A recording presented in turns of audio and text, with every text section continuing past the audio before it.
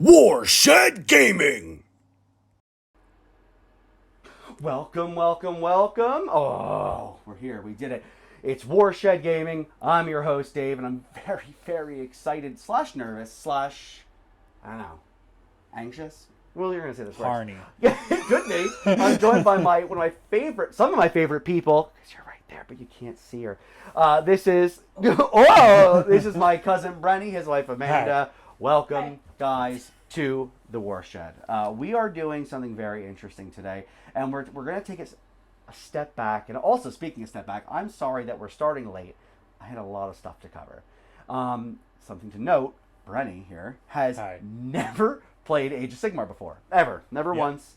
We played 40K a million years ago. When I was probably like in elementary school. Right. And we didn't also know how to play that well. It was more of just like, let's take mine and take yours and smash them together and let's see who can roll better, who can roll higher. Yeah. You know what I mean? And that's how we played. But anyway, so I want to slow things down. Not my speech, though, because I talk very quickly. I'm going to slow everything down, and we're going to kind of do a 1K battle between the Stormcast Eternal and the Night Haunt. And I picked those out because there is a lot. That's probably true. Did you read the chat there? You got to show. I can't see. My eyes suck.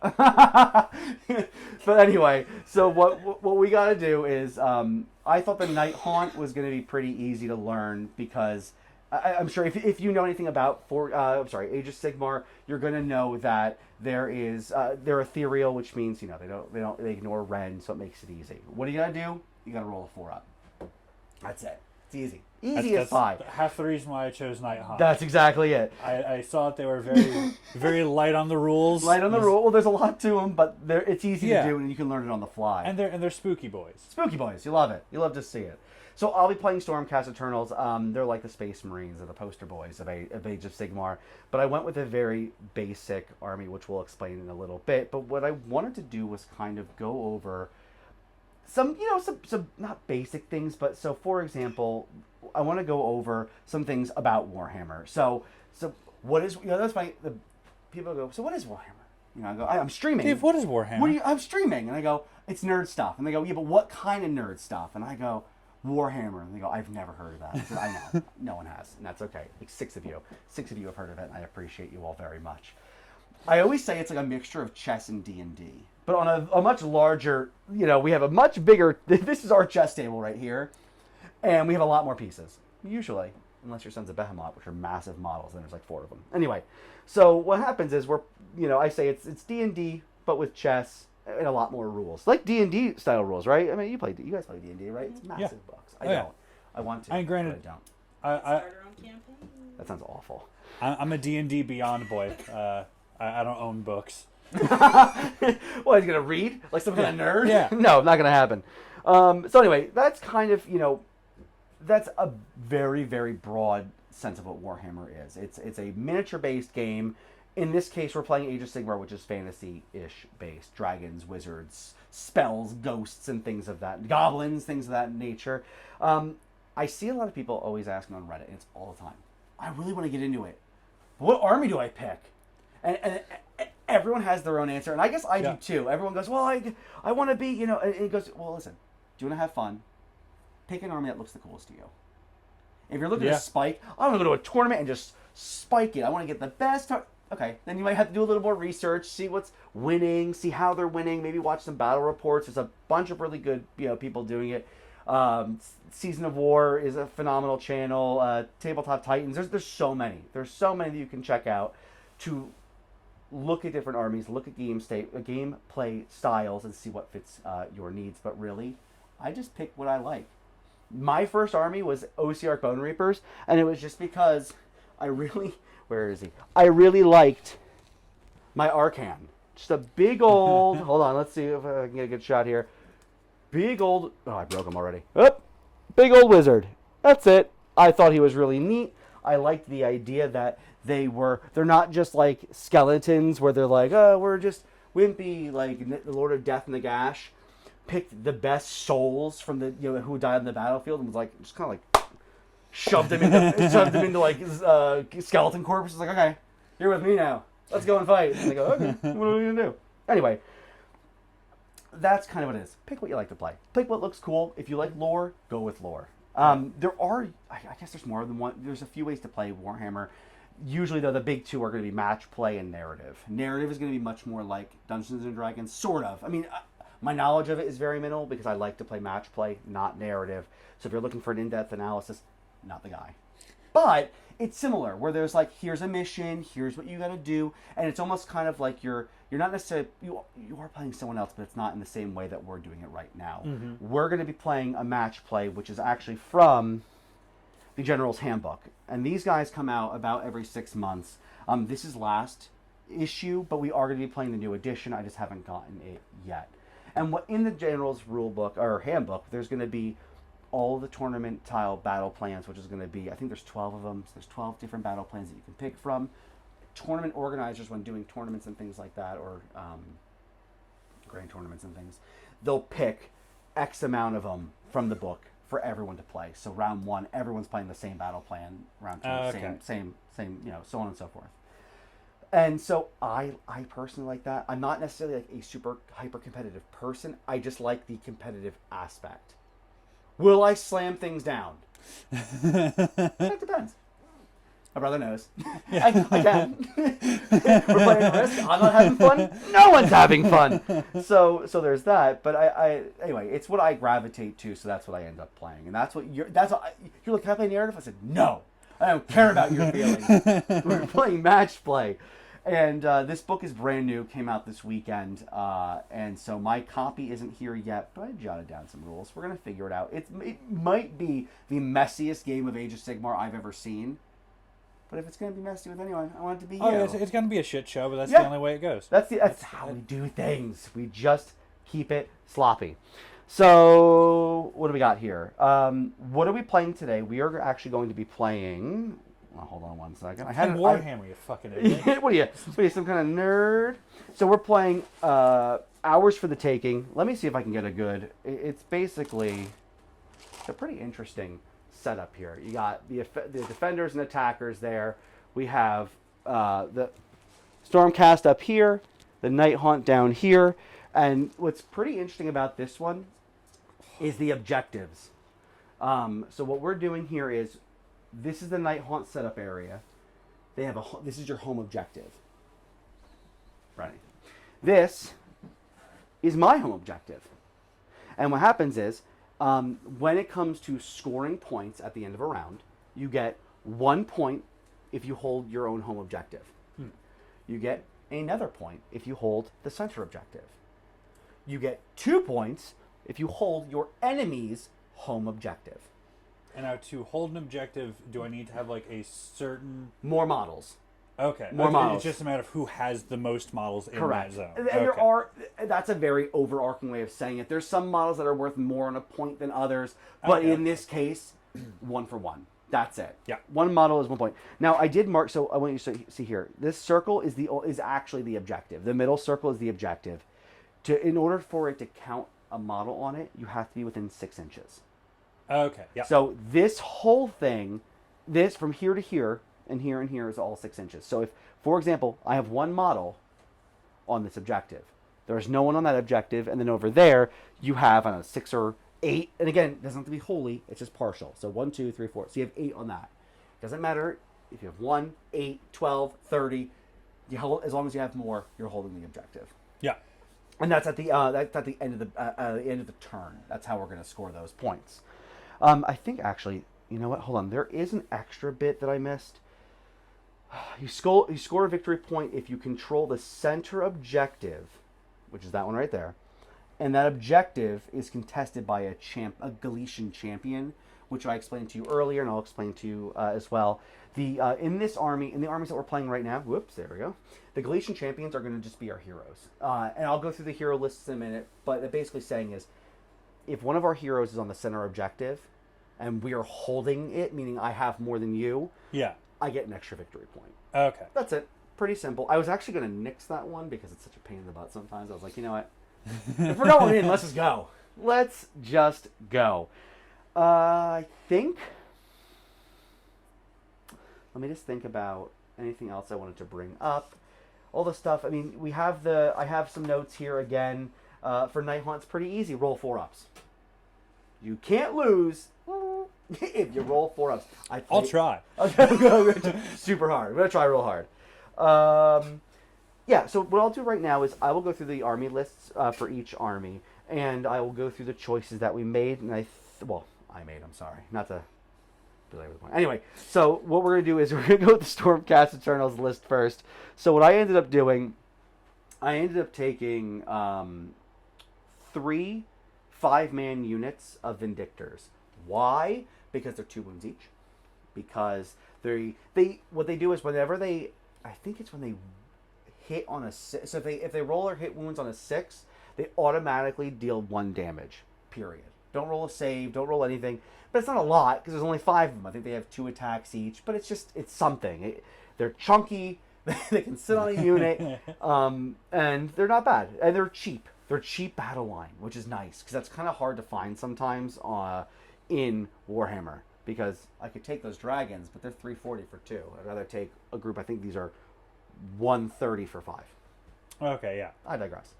I also have, where you can see right now, Annihilators, which are, if you know 40k, I would say they're kind of like Terminators. They have a 2-up save.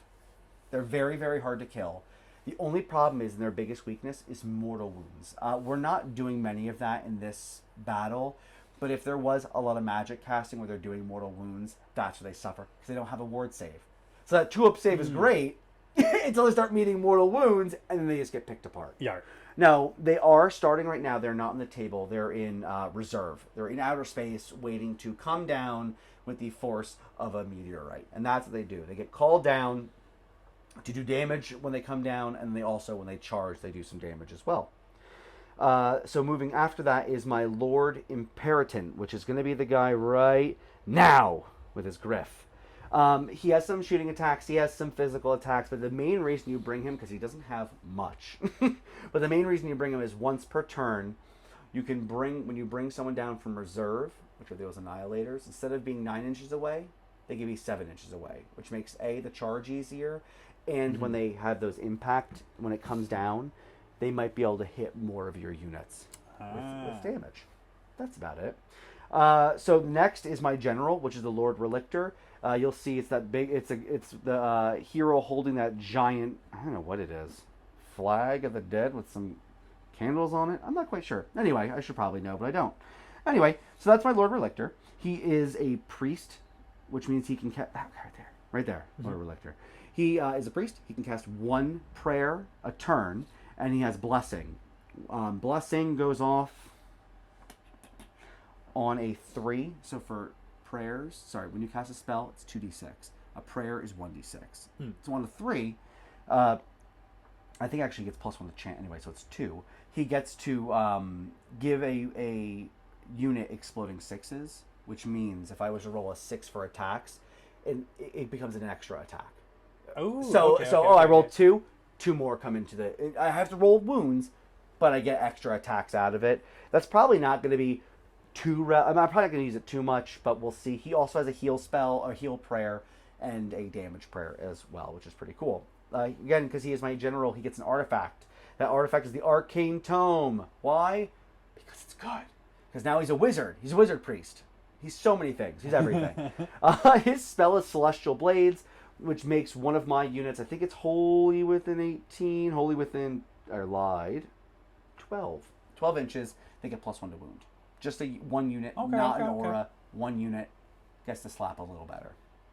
And then I had some extra points, so I ended up taking the Burning Head Endless spell. That's not on the video there, but it's just a spell. It's a big old fire head that's going to hopefully do some mortal wounds when it runs into people. I think that's it. It's so funny. These army lists usually are much longer when you're doing 2k points.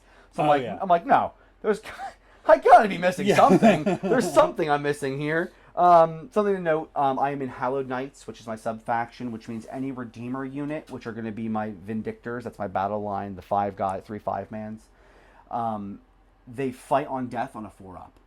That's it. You kill one. If we're in combat on a 4-up, 50-50, he'll get to fight.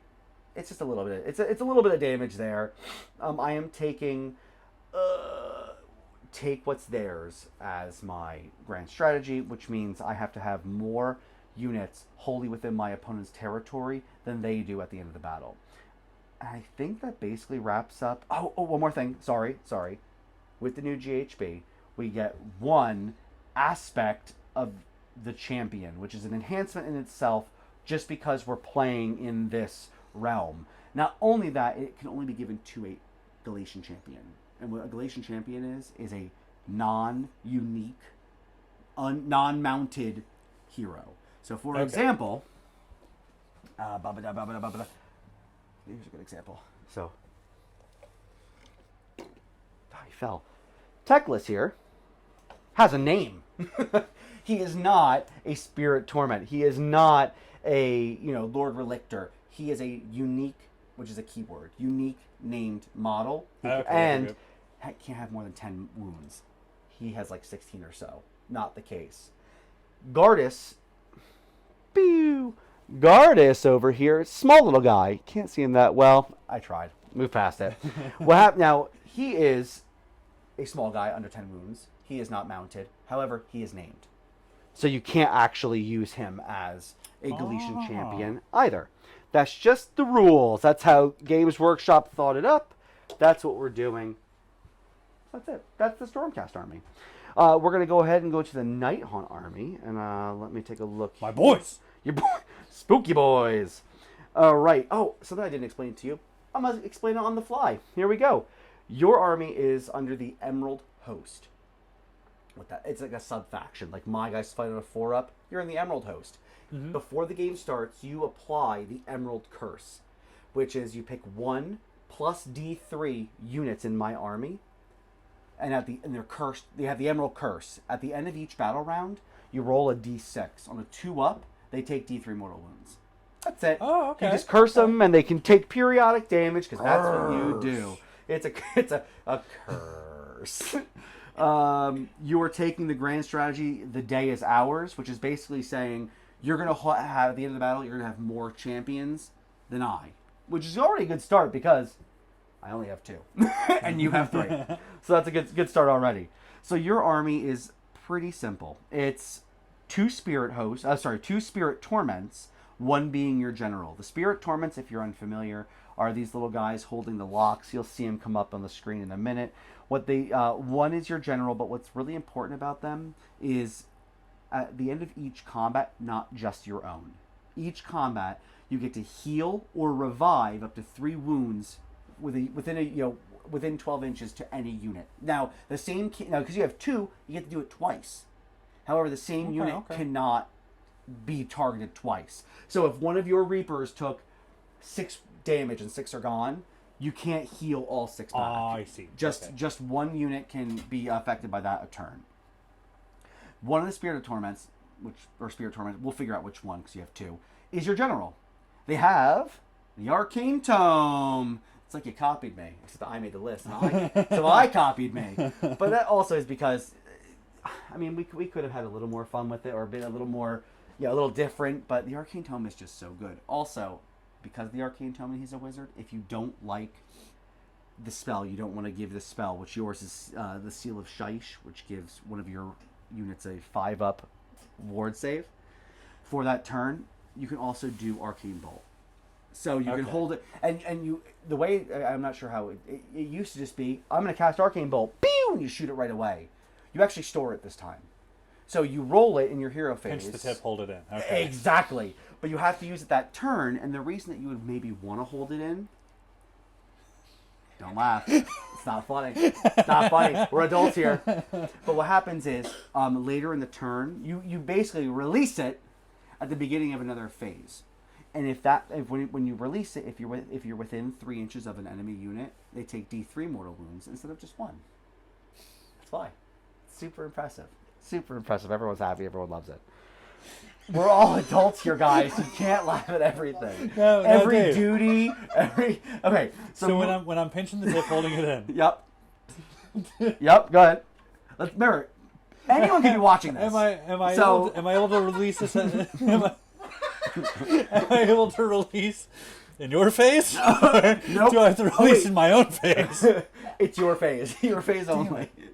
So moving forward from those 2 spirit torments is going to be the Cruel Gas Cruciator. That's the guy holding the cross in the middle on his back. Like a certain cool dude that we know. Just kidding, he's not that cool. It's just me. Anyway, what's cool about him, he has a shooting... That's not the cool part.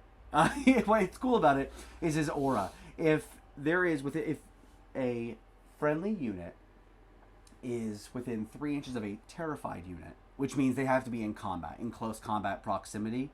If your units have charged and they're in combat and also within 12 inches of the Cruciator, all damage dealt to them is -1 to a minimum of 1.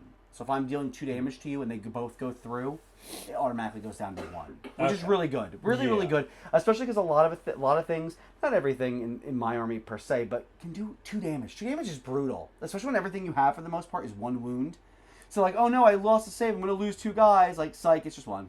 Just 1, and you get a ward save of 6, which is pretty sweet. That's about it for the heroes. Then we go into Spirit Hosts, which are those 3 right there on screen there, the little 3 ghosty boys. What's really cool about them is they have a lot of attacks. That's it. And they bodyguard. So as long as they're within 3 inches of a hero, if that hero was to take a mortal wound on a 3-up, they take it themselves. So what's special about that is you're kind of forming like a Death Star, sort of. It's the big ball of death. And if your heroes start taking damage, the Spirit Host can take it for you, and then you just heal them. The Spirit Torment. You know what you do? Just heal them. It's a beautiful cycle. Beautiful, virtuous cycle, if you will. Nothing dies, because they're already dead. And lastly, we have 3 Grimghast Reapers, which are the big, not big, the multiple small units, MSUs, if you will, in the front there. They're nothing super special. You got 30 of them, which is pretty sweet. 3 10-mans. If they're charging a group, I believe that has 5 units or more, I think they have an additional attack. So instead of 2 attacks each, they have 3 attacks each. Oh wow! Their wounding isn't ideal. I think it's a 4-up or hitting. One of them's a 4-up, which makes it tough. But all out attack helps too, and there's other ways of giving them bonuses as well. Yeah. But that's about it. Oh, I should mention. Let me go back here, guys. Hi, hello, welcome back. Thank you so much. Your Cruciator and your Spirit Hosts are in that new battalion, the Galician Command. So what happens is those Spirit Hosts are the sworn bodyguard for your Cruciator, and there's some cool little heroic actions and some other like interactions that we can do later on. We'll get in that later. It might not even come up. We'll see. And if it does, we'll probably screw it up anyway. Yeah. Up top. So, that was a good bit that we just did on the fly. And then your Reapers are also Galician veterans. So that means they fight in 2 ranks instead of trying to awkwardly finagle them into combat. They get to fight 2 ranks, which is really sweet. Actually, 40k, Warhammer 40k, that's just baked into the rules. You just get that. Yeah. Here, we gotta fight. We gotta fight real hard for it. And so that's what we're doing here. So we did that. I think my bodyguard, so I did a Galician command as well. And I think my Lord Imperator, which is the one who helps the Annihilators come down from space closer. Yeah. That's not the right army. There we go. Is my, I guess, the Galician champion that goes along with the Annihilators, who are their bodyguards. Can I be real with you? I'm going to be real with you, too. I don't think that's the right call. I felt I went, this is not good. But I was like, you know what? We're just going to see what happens. We're just going to see what happens. I never said I was good at the game. I just enjoy it.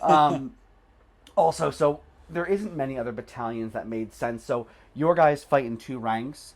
Mine have range enough where it doesn't matter. Okay. So like I was like, oh, I'll just put them in a... Why though? It doesn't give them a bonus to it because they can already... As long as... Because I believe I have... Let me just double check that, actually. Before I just go, spout some incorrect nonsense. Yeah, I have a range of 2. So I can reach over them, so I didn't think it mattered. So what I ended up putting them in was the Brotherhood... Redemption Brotherhood. And I'll show you that here. Redemption Brotherhood. I have to have 3 units. And basically what that means is, when we are deploying, you go one at a time. I go, I'm going to put a unit down. I don't know, we're already deployed. I did that off screen because it was easier. But I put a unit down, then you put a unit down. and I put a see. unit down than you do. But some battalions have special abilities, like the Redemption Brotherhood. Redemption Brotherhood says unified deployment, so it's a 1-drop.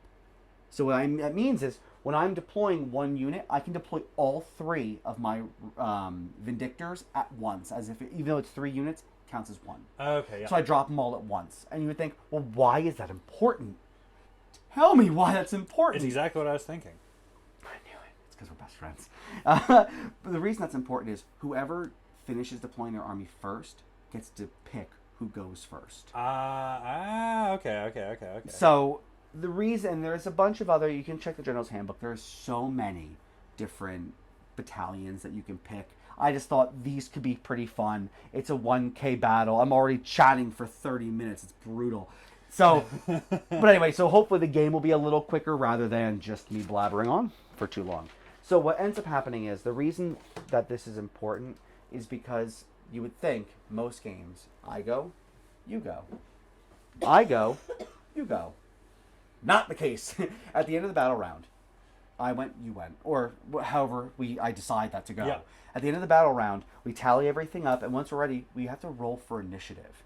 And what that means is, you take a die, I take a die, and we roll. Whoever wins gets to decide who takes the next turn. So that could now ties go to the person who didn't just go. So if you had the second turn and we tied, I would win ties. But what's so important about that is if I go first, then you go, and then you outroll me, you get to technically take a double turn. You could say, you know what, I'm going to go again. And I don't get to recap. I mean, my magic still stays. Magic benefits still stay until the next hero phase. But it really could, a lot of people go, you know what I'm going to do? Give away the first turn. I'm going to let you move up, get into position. And then I'm going to go and try for the double. Because if I get to go again, I get to move again, get into combat, and I kind of get you where I need to be. And again, don't take all that I say with a grain of salt, because I'm not a professional. But I'm going to pretend I am. So anyway, that's about, I think I explained the armies. I got this. I think we're ready to go. We're going to start the first battle round. And again, it's a 1K battle. It's not going to be as much stuff. There's still going to be a lot. We're going to take it slow, and I'm going to explain things as we go. So technically, how many you didn't have any special unified drops. You have 1, 2, 3, 4, 5, 6, 7 drops. I technically had 1, 2, 3, and my annihilators are out in space. That's 4. So I get to pick who goes first. And I think it's funny. I was like, I'm going to give you the first turn. That's what I'm going to do. And then I was like, well, what if I want to go now? And I don't think I will. I am going to give away the first turn. Let's see if I can double back and get a good double turn. But it's tough because these Night Haunt are ethereal. It's really tough to be like, I know I can wipe these. I know I can wipe that. It's very difficult because again, if you roll 4s, it's going to be very hard for me to kill you. Yeah. So that's what we're going to do. I'm going to adjust this over here real quick. We're going to go into Night Haunt, turn 1, and then, again, I will go through each of the phases very slowly. Right there. Nice and centered. Look at that. 1. What? It's a very aggressive take, but I like it, It just says everything I wanted to say. So I have this really handy dandy, and I'll show you. It's a score sheet. Look at this. Wow. Player name, battle rounds, the BVE, kapew. It's beautiful. The only downside right now, and I'm working on it, everyone, is these are the old battle tactics, not the new ones. Yep. Some of them, now they did take some of the old ones and put them in the new one, but I don't have the new ones I have in my phone. We'll go through them and we'll talk through what we can think. But in the meantime, we're going to go with command points.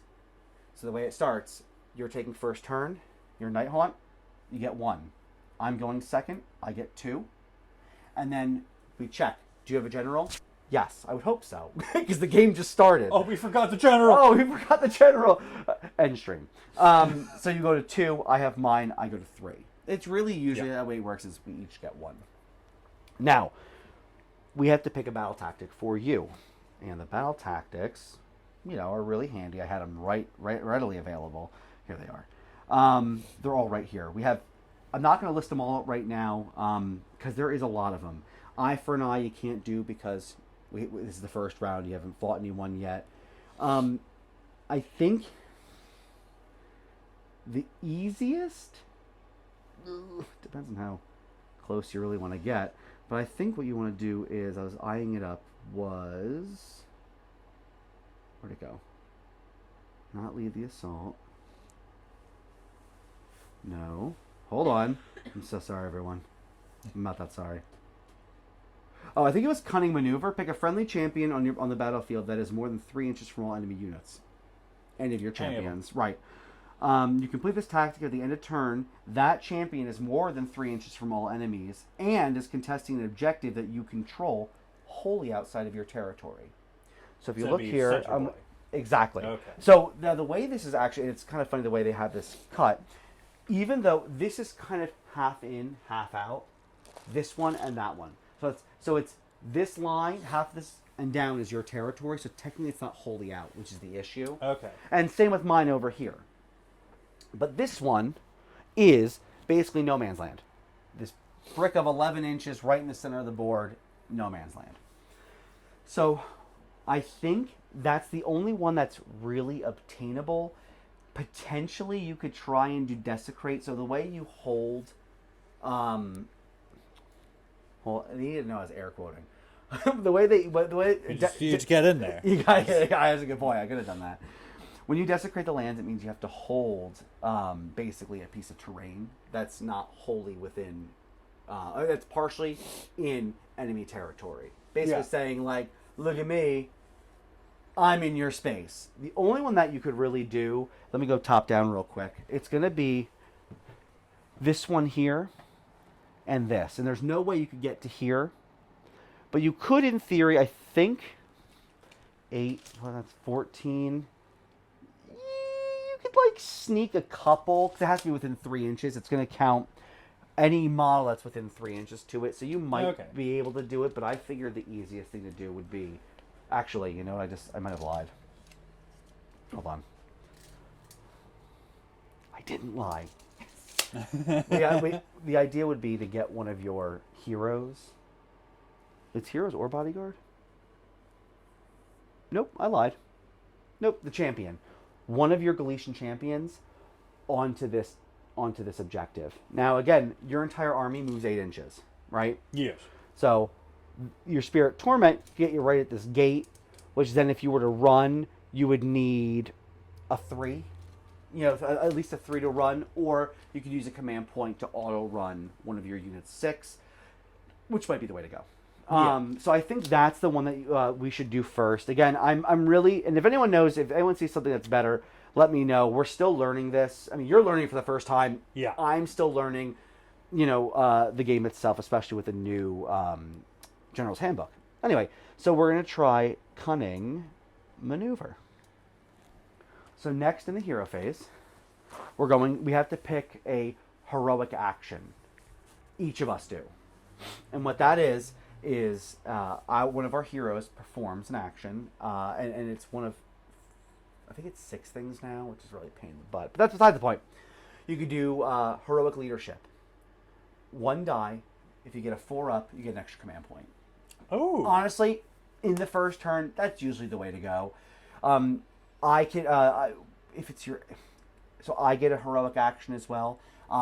But you can also pick heroic willpower, which is one of your heroes becomes a wizard until end of turn, but only in the sense that I can dispel something. Okay. So like, I could pick, I mean, right now you wouldn't pick that. I could pick that to potentially try and dispel one of your spells, which you only have 1 of, but that's beside the point. Sorry.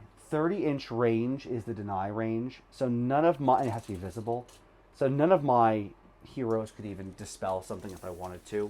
Okay. What's the other one? Oh, geez, the list is embarrassing.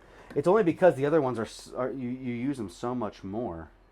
Hold on. Core concepts. I'll give you core concepts. Their finest hour. So one hero, and so a hero can only use this once, but it's usually when they're about to get into the thick of it. Finest hour is that hero says, "This is my best day ever. This is the one," and they get +1 to save and +1 to wound. Now for that whole turn. Now, the thing is, you're ethereal. So Yeah, plus so 1 to save is not helping you. Yeah. But there is some battle tactics later on that say, if your champion kills a unit, you pick a unit, my champion's going to kill it, you might want to think, you know what, I'm going to use their finest hour just to make them a little hittier. I'm going to make them a little hittier so I can kill the unit and potentially get this battle tactic. I do feel like last stream I screwed up, and the way I moved, I failed a charge, which would have gotten me. If I made the charge, I would have desecrated their lands, which was my battle tactic, but I failed. Okay. So I wasn't able to score. So sometimes you don't score. This is still very new to me. I do feel that these are a little harder to complete than the previous books. But again, I have the same thing when that book came out. How are we ever going to do these? This is going to be so difficult because the ones before that were so easy. You just get used to them. Yeah. Anyway, I digress. The other idea is heroic recovery, which is if one of your heroes is damaged, you can roll 2 dice. And if you roll less than their bravery, which your bravery is 10, if you roll less than a 10, you can heal D3 wounds back to them. So right now, it doesn't make any sense to do that because everyone's fully healed, in theory. Just kidding. Not in theory, they are. So I would think, go for extra command point, right? Yeah. All right. So you do that. You know what? I'm going to do the same dang thing. What color dice do you want to use? This is very important. I'm told the red is better, but if I'm being honest, I don't know. I'm just leaning blue because it just kind of fits better along with my guys. Aesthetic. It's an aesthetic thing, right? No, I agree with that. All right, so I'm going to roll a die. So roll a die. On a 4-up, you get a command point. Aha. Ooh! Aha. So you're up to 3 now. Fun fact, I never got him. Go! Yeah, say never got him. Aha. I'm not an inspiring person. I just blab on, as you all know. Okay, so next, we're at the beginning of the hero phase, right? And that's usually how it works. There's basically like sub phases. There's the beginning, and then just the hero phase. So next in the hero phase, after we finish picking a battle tactic, we finish our heroic action. What we're going to do now is cast some spells. We have a lot of spells to cast. I'm just kidding. We each only have 1. Now you can only cast spells in your turn. So I can't start casting my spells. It's just you. Okay. The dispel range is 30 inches, which seems like a lot until you actually measure it and realize I done messed up when I should have done better. And he's behind a building, so I can't see it anyway. All right. So basically, that means I have no way of dispelling your stuff right now. So you have 1 wizard, which is, we'll just say, let's see, can you see right here? Yeah, this guy. Boop. That's an official noise, by the way. That's mine. It's trademark. Don't even try to steal it. This guy right here will be your general, unless you like this guy better. They are quite literally the same. I painted them a day apart. Which one are you thinking? Just in honor of being a contrarian, I'm gonna go lefty. Yeah, first thought, best thought. Yeah, what a jerk. So that's your general that has the arcane tome, that has the seal of Shaish. Don't let sheesh. That's exactly it. And actually, you know what's funny? That's the purple son of sheesh. So anyway, so that's the one. So 3 spells. The 2 normal ones are Mystic Shield. Yep. Arcane Bolt. And then Seal of Shaish. Sheesh. So the thing is, I think the obvious one is doing the seal. Like Arcane Bolt, you're not going to get within, I think it's 12 inches anyway to cast the Arcane Bolt. At least not this turn. If you double turn me, you get to cast it again anyway, so it's not really going to actually help you. Arcane Bolt has a range of 12. So I think in this turn, what you would want to do is just cast the Seal of Shaish, which is going to give a unit a 5-up ward, which is great, which is nice, because a 6-up ward, in theory, feels great. You're like, oh, I just get to I get to roll again. I get to roll again, but then I never roll 6s, so what's the point? Yeah. What's the point? So anyway, what you would do now is figure out who you would want to cast it on. So let's go back. Bird's eye. Pew!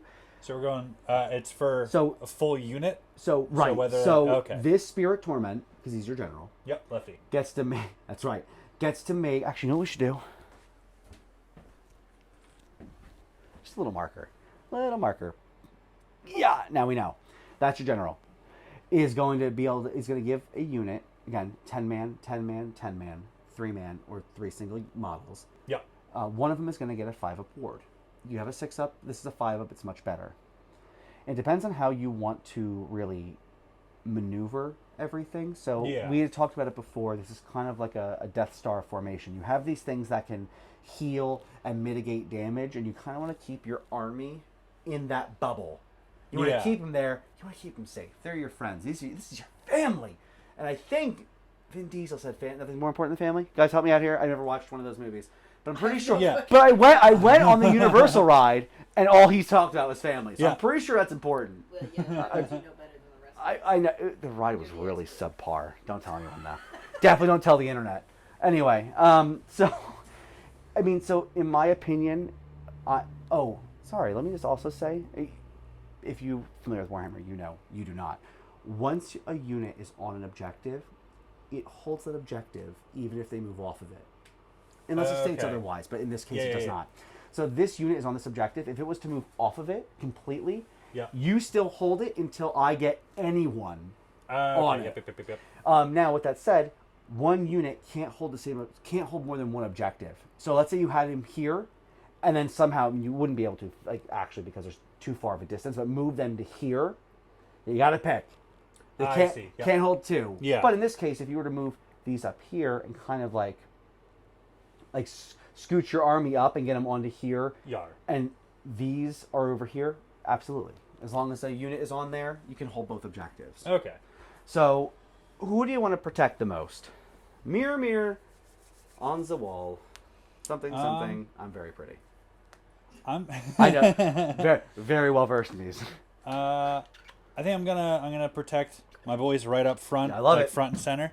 So your seal, I think, has a casting value of 5. If you don't know, casting values, that's what you roll when you cast. You roll 2d6, and you have to get at least that number or higher. I see. But you could still roll, because I'm going to look it up anyway. It is 5. Shasha. Yeah, 4 and a 5. Yep. 4 and a 5. That seems like cheating. Did you load these dice? Just kidding, I did. So that's a 9. So you got it. Your seal of sheesh is on these guys, which means they have a final port, which is pretty sweet. End of hero phase, I'm pretty sure, because that's it. That's all we got. It's pretty boring, right? Pretty boring. Actually, I just realized? I made him Master of Magic. Does he cast 2 spells? I think it's just reroll. Reroll 1. Okay.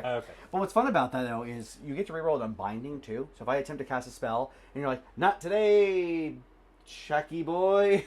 you call me that all the time. Yeah. And you have to roll, when you're unbinding, you have to roll higher than my roll. Okay. Not equal, higher. So if you happen to roll lower, you have to reroll 1 for free. Oh, okay. Which is pretty cool. So anyway, now what's next? Movement. Pretty simple. And what I ended up doing, because I'm very, very cool dude and easy, your entire army moves 8 inches. That's it. They all move 8. So let me go back to bird's eye view. I know I just changed it, but I have to do it again. You can do one of 2 things. This is a 9-inch ruler. You could... Oh, jeez, this is my nightmare. So you could use it this way, or your handy-dandy stapler. That's not a stapler. That's not a stapler. This is a stapler. And basically what you're going to do is make sure they move up to their allotted move. They don't have to move the whole thing, but they can if they want. The only thing I would recommend, again, your battle tactic would be you have to get a hero, a Galician champion, which is any of yours, onto an objective that's not wholly within your territory. It's this one. Why am I mincing words? You got to get a hero on this, because I'm not contesting it. And it's the easiest one, I think, for you to do it right now.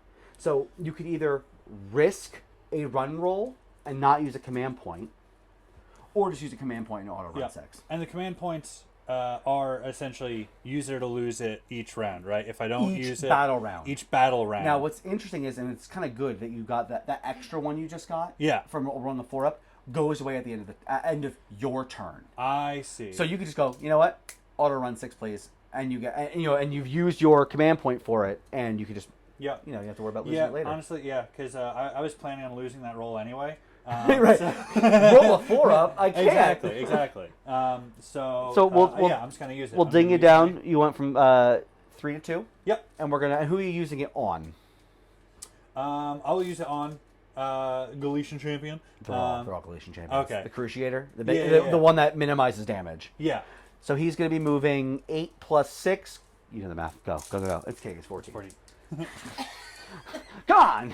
What are numbers? Come on, what are numbers? They're not real. They're all made up. 14 looks like. And don't forget, they fly, so you don't have to I'm worry ignoring about. all the. Yep. So it looks like he's pretty much touching right into that center circle. Yep. There. So now again, you don't have to move the full 14 because as long as you're on this, you're within 6 inches, so you have it. So if you wanted to, and the reason I'm saying this, and again, this is overkill, but these guys are only moving 8, or you can run for free. You just roll a die for it.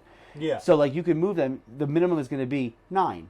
So you can move them up 9, and you can still, what the idea would be to try and keep them in somewhat formation. Yeah. So you're still within kind of a Death Star. Yeah.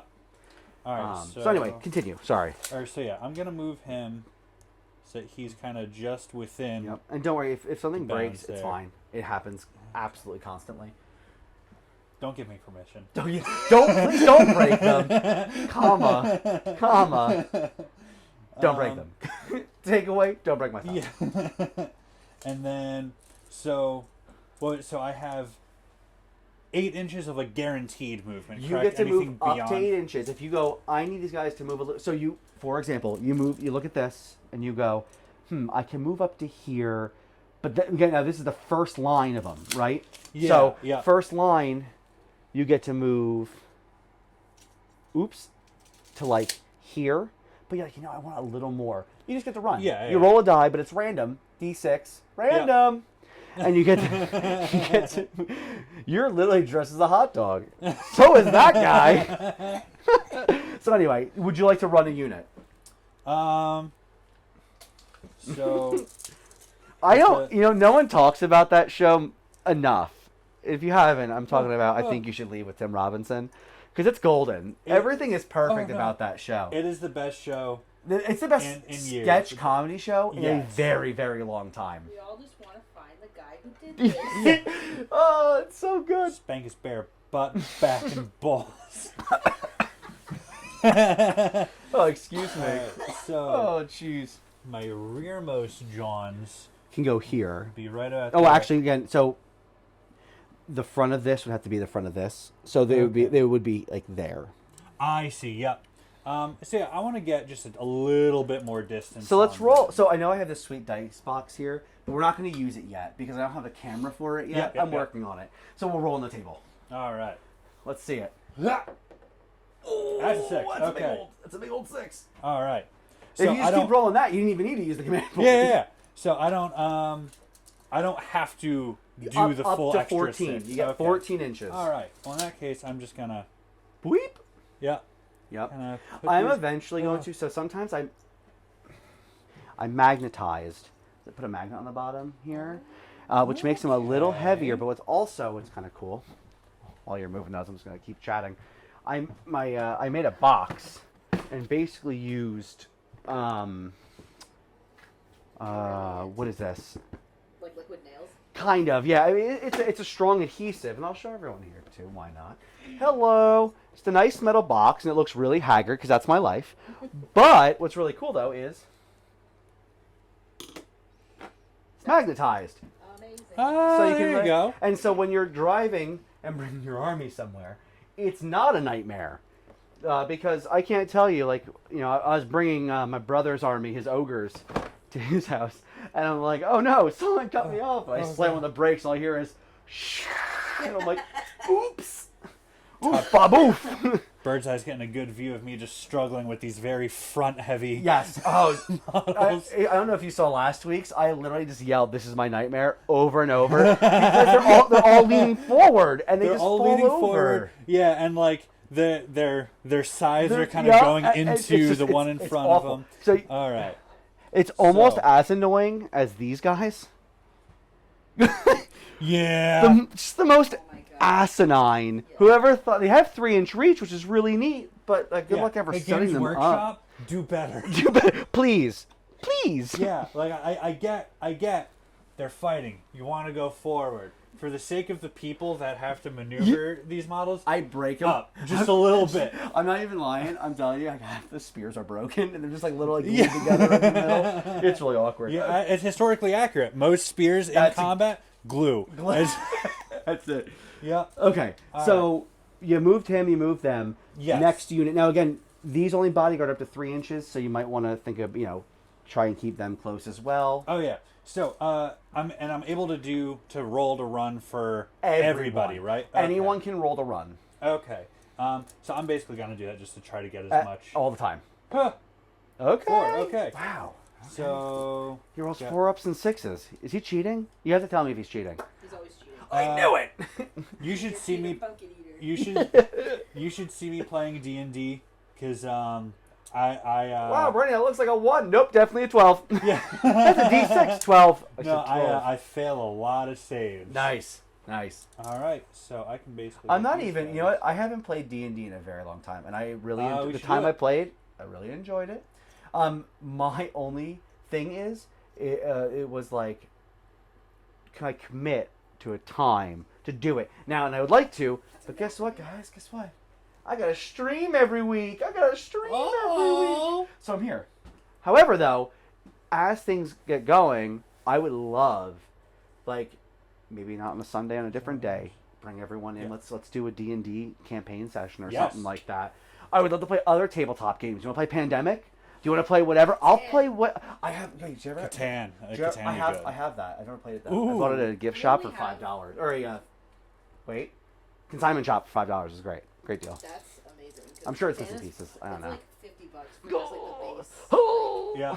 We bought, I don't like, have that. That's Warhammer money. We bought like the 2-player version of Catan, and then we played it once, and it was the basic. It wasn't even the full thing, and even that was like Hours. super complicated. Yeah, of And course. it's like hours. So I have that. Have you guys ever heard the game The Binding of Isaac? Yeah, I started have playing that? it, which means for 6 hours I yelled. Yes. Well, I was gonna say, or what you did was you found it on Steam Summer Sale or Yeah. Winter Sale, and you got it for like $3. Yeah. And it's like that 2D, like what's Yeah. the word, like Zelda type, like Yeah. dungeon crawler. It's Zelda with pee pee poo poo blood. There's yeah, a yeah. lot pills. Like it's Yeah. it's bizarre. Yeah. Try to explain if you want. Look up The Binding of Isaac. It's a really fun game. Really fun game. It's on Steam. Very dark. Oh yeah. Very very dark. I have the board game version. There's a board game. There is a board game, and it kind of plays. So there's a lot of different. Here, nice. That's not bad. That's not bad. I thought it was going off the table. Oh, are you So- kidding me? Like the amount of dice I drop on the floor. I actually was moving things around. I'm like, oh look, 4 dice, just everywhere. That's why I bought so many of them. Oh yeah. So I So I will. gotta live in it. So you get to pick a character from the game, and they each have their own abilities. But it also kind of plays like Magic the Gathering, where there's tap abilities too. It's really fun. And there's things where it's like, I want, there's a boss up there, and Brenny's gonna fight him, and we're all against each other. But I don't want to fight that boss next, so I can use an ability to help Brenny to defeat the boss. So the next one might be easier for me to fight. There's a lot of like these weird little things. But anyway, I'm getting off point, which is what I do. I find tangents and I just run with them. If we want to at other times, though, we'd love to have you guys come in and play whatever. We could play Settlers of Catan, we could play any kind of game. It'd be a lot of fun on stream. Dave, putting this out there, Black Dahlia Murder had their own D&D one-shot that came out with their album Verminous. So yeah, it's just Do you have it? I do not have it. I'll find it. Yeah, you can either get a digital version of it or you could actually get the physical. Physical is harder to get your hands on because it was a special edition that came with pre-orders of the album. And rest in peace, Trevor Sternhead passed away. All right. So I'm sure people scooped up. Oh, of course. Yeah. Grabbed them as much as they could. Yeah. I'm sure scumbags are scalping. Yeah. Though. Not location dependent. We could play Goose Duck. Sure. Yeah. I know that game very well. I don't know it at all. It's like Among Us. Oh. But with geese and ducks in proximity. Oh, I chat. also we'll keep moving your guy because I'm just chit chatting away. But stop rolling 6s. Stop rolling 6s. Yes. So I can't wait till he gets into battle and then can't roll anything. It's just like, That's exactly what's gonna happen. he's the king of movement. I would just not fighting. Yeah, no. In D&D, I would get like nat 20s on all of my basically just dialogue based filler rolls. You're learning different languages. You're bartering. Yeah, all my characters have like a -1 intelligence, and yet I'm just getting nat 20s on all these intelligence based checks. And then you get into battle, they just kill you. Yeah. Drop your weapon. Yep. But I have a ton of different, like we could play, you know the Jackbox games? I have a bunch of Jackbox games that we could play. Yes. Anyway, long story long, because that's who I am as a person. If you want, just keep it next to it. It doesn't have to be on the base. Okay. I keep it next to it. I was gonna remember he's lefty. That's fine. Oh, down he goes. Oh man. You get me? You Oh, can leave him down. man. Leave him down. It's funnier this way. And then you gotta roll a run for them, right? Yeah. Is it for them individual? No, Nope, they they are a together. unit. Okay. Yep. So you got 12. Got 12. Whoop.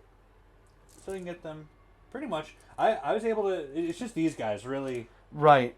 really not holding their own back. And there. they can be. So you can put him like right here if you wanted to. Like. Okay. So, with the bodyguard rule, and this is really handy, 3-inch ruler. You're within the hero. You know what I Okay. mean? Not everyone. It's The unit. You're in. Yeah. And actually, it's kind of nice having these guys set back a little bit too, because like you were saying before, if they were to touch that ring, then they would basically They wouldn't forfeit control. Right. Well, right, because then what if this unit moves here, this one moves over there? It just gets a little complicated. You have that there. It's holding it. You got it. Yeah. So, welcome back. Here we are. Bird's eye. Beautiful. Bring it in. You have one. So that's basically your moving phase. That's it. Move. You at the run. Or I'm sorry, at the double. That's awkward. Auto 6 run, which you used. Hell yeah. Great. Which apparently I didn't need to do because I was rolling. You're just rolling 6s anyway. Yeah. It didn't matter. But never didn't have it. So the after movement is shooting, and there's not much shooting. Yeah. Your cruciator has one missile profile, and it's 12 inches. I don't think you're not. Yeah, you're out. So there's nothing there. To charge. So after shooting, moves to charging phase. Now you can only charge 12 inches. Now you have to get within a half an inch, but these guys ran. So you can't charge anyway. I see. Yep. So what we then do is, so charge is over. Combat. We're not in combat. Pretty easy. Battle shock. No one died. Yep. So that's it. I mean, technically, they all did at some point. That's a good point. They are all ghosts. Ipso facto. So you lose. Just inspiring presence all around. So that's what we have there, which is pretty sweet. And I think that's your turn. So we're going to score it up, right? So the way you would do that. I think I won that turn pretty handily. You know what? I think we should just quit. A player can... ill portent for you, Dave. Yeah, that's right. A player can concede at any time. So hold on. Let me just pull up the... So we're in here. Never mind my hanky. No, never mind it. It is purely because this is a cold shed. And, it's not that cold. I'm actually taking my hoodie off. Well, you run hot. You're a human radiator. That's very true. Yeah. Anyone knows me, I run warm. Anytime that it falls below, like, dew point, You're like, done. Well, it's my it's my no one knows what that is. It's my septum ring. Oh, does it get mine gets so cold, which that makes my nose it just starts super cold. Well, my septum ring just starts dripping. Yeah, all the time. Yep. Anyway, now you guys know. It's alright. You're welcome. If the game ends in a tie, we have to touch rings. Yeah, that's right. Let's put a 9-volt. Never mind. All right, move past it. So scoring points, very easy. And so on the battle plan. That one. Yeah, that one right there. It see. explains how to score. Victory points. Score 1 victory point if you control your home objective. You got that. That's 1. You got it good. That's an easy victory. That's right. Score a victory point if you control the center objective. You did it. Dave, 2-1. You can concede at any time. That's right. Score 2 victory points if you hold my objective. Get it? And then score 1 victory point if you control the center objective, and that objective is controlled by a friendly Galician champion. You're on it. Dave, concede at any time. So that's 3, and you get 2 points if you score your battle tactic. Did you? I did. You did. That's 5 points, which is pretty sweet. So I'm a 5-star man. I'm a Nighthawk over here. Let me just go. Wait. Wait, hold on. Whoop, that's 6. Nope. That's 6. 5. I am the 5-star man. That's gonna give me nightmares. What did he look like? 5. It was a 5. So now we're gonna move into Stormcast turn. Pretty cool.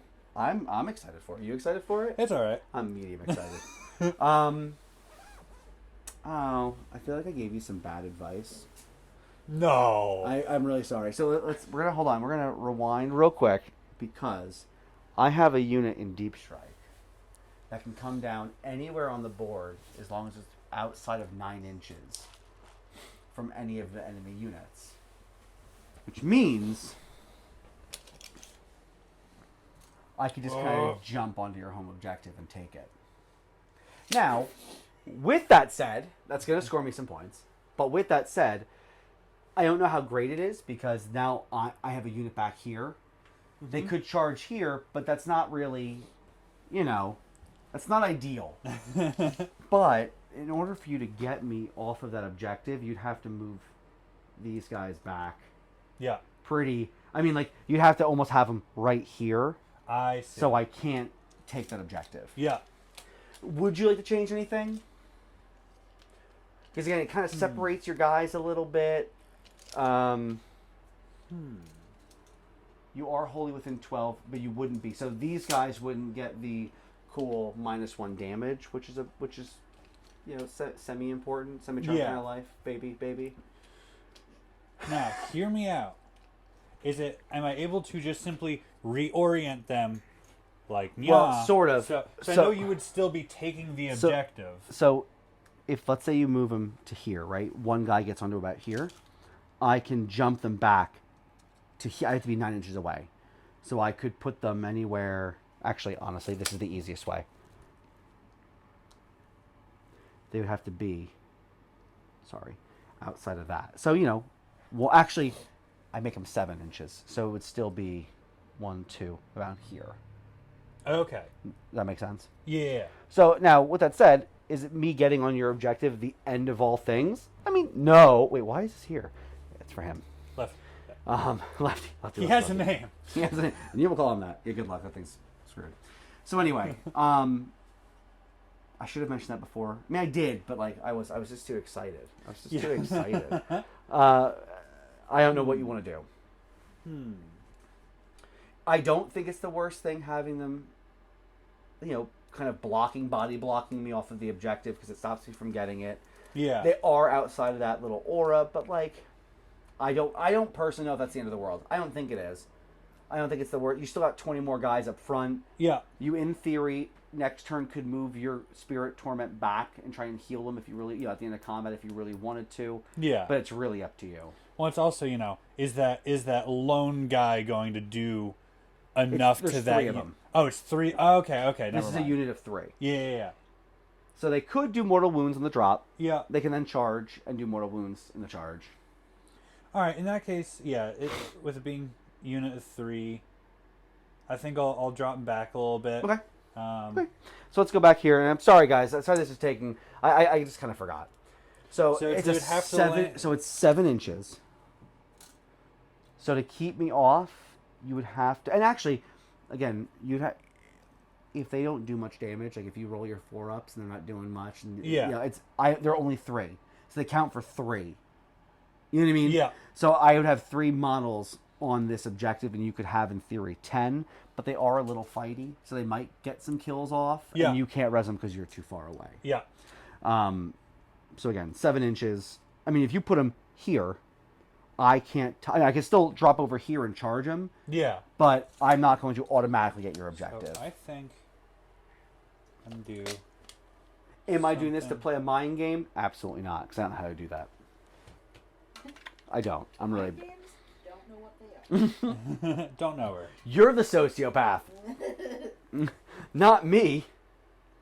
Never me. Because it's 3 inches from. Oh no, it's from these boys. What's that? So it's you have to be wholly within 12. Wholly within 12. Okay, yeah, so that was the issue. But the problem is you wouldn't be able to get these guys on here fully. Yeah. And still. Yeah. You could, if you wanted to, hold one back with them, but then he's potentially in the line of fire and not being able to body block. Exactly. Or be bodyguarded. Yeah. Bodyguarded? That's a thing, right? Mm-hmm. Ask them tell.